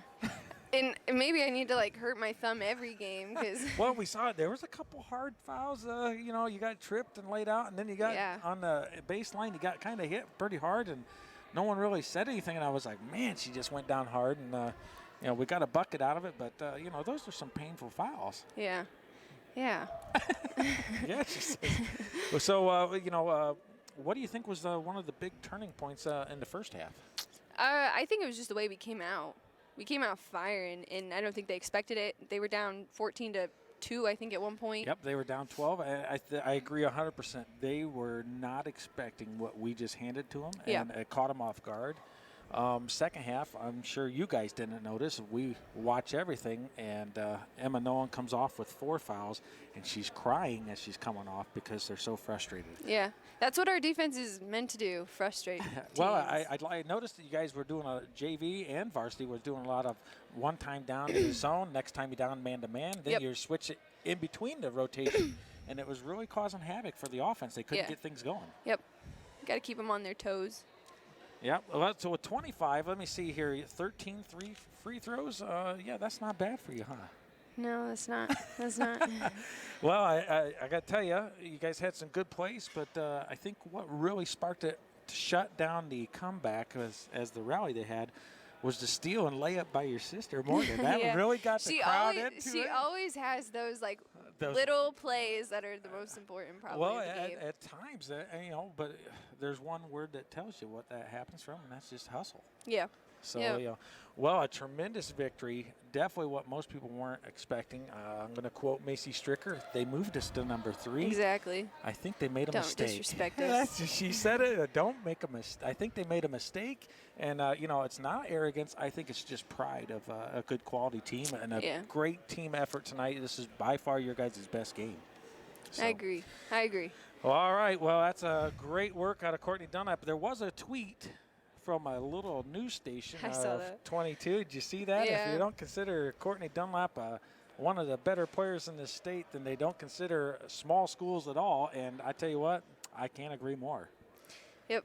Hopefully So- we get some recognition. Not just me, but all girls at small schools who are capable of being up there with the best. I tell you, you guys did very well, and I know that we were a tad bit hesitant at the beginning of second half. We were wondering, all right, we're going to come out slow, are we going to do this, or their team's going to fire up, and Calhoun hits a big 3 right at the beginning. Yeah, that was a huge 3. It was a huge 3. So we talked at halftime about how we needed to come out just like we started the game. We could not let down, and Emily hit a huge 3. Yeah, it was great work. Barlow had to be tough as possible on the boards, and her biggest boards is the ones where she drew the over-the-back calls. She did great tonight, yes. And it was just a great team effort out of everyone. So congratulations. You guys have officially passed the best start in Heck yeah. school record for the girls. Something else you can rub into Coach Kelsey. That's exactly right. I'm here to break Coach Kelsey's records. There you go. Well, I got to tell you, we're all proud of everything you girls are doing. And it means a lot to the school. It means a lot to all of us parents. And just keep up the hard work, and congratulations. Thank you. All righty. Well, that's going to do it for us. Courtney's out, and in comes Steve, and we are going to finish up the game here. And I tell you what. Well, Steve. All right, you got her all wrapped up. You interviewed the whole team pretty much. I got Good job. A few players. Emily Calhoun didn't come up. I was wanting to talk to her about her big 3, but she didn't make it up here. She's pretty shy the way it is, but I want to congratulate her. That was a huge way to start the second half. Tremendous team effort. Coach Teal and I discussed it. Just all around tremendous, tremendous game. So. Well, Steve, I'm going to leave the rest to you. I can't talk anymore. All right, we're going to wrap it up here from the Phil Waybright Gymnasium, the Dragon Den, where the Argos Lady Dragons knock off the Michigan City Marquette #1 in Class A. Huge win here tonight for the Lady Dragons. Final score? 45-31. I got to give you the quote of the night. Quote of the night, okay. Macy Stricker. Oh, no. Well, they moved us to #3, and I think they made a mistake. Oh, I love it. It's they pure made a pride. mistake. I think it was pure pride. It wasn't. That wasn't quite where I thought she would go with that once you said that. It was pure pride. I love it. I think that's just tremendous and shows the heart of this team. All right. Well, we're going to wrap it up here tonight. For Andy Stone, Alex Stearns, Steve Stricker here. Thank you all for tuning in to the Argus Voice Sports on RTC4.com and Channel 4 in Rochester. And we'll see you again. Boy, I don't even know. We'll see you again on the next game. We'll tweet it out. All right. Thank you for joining us, and good night.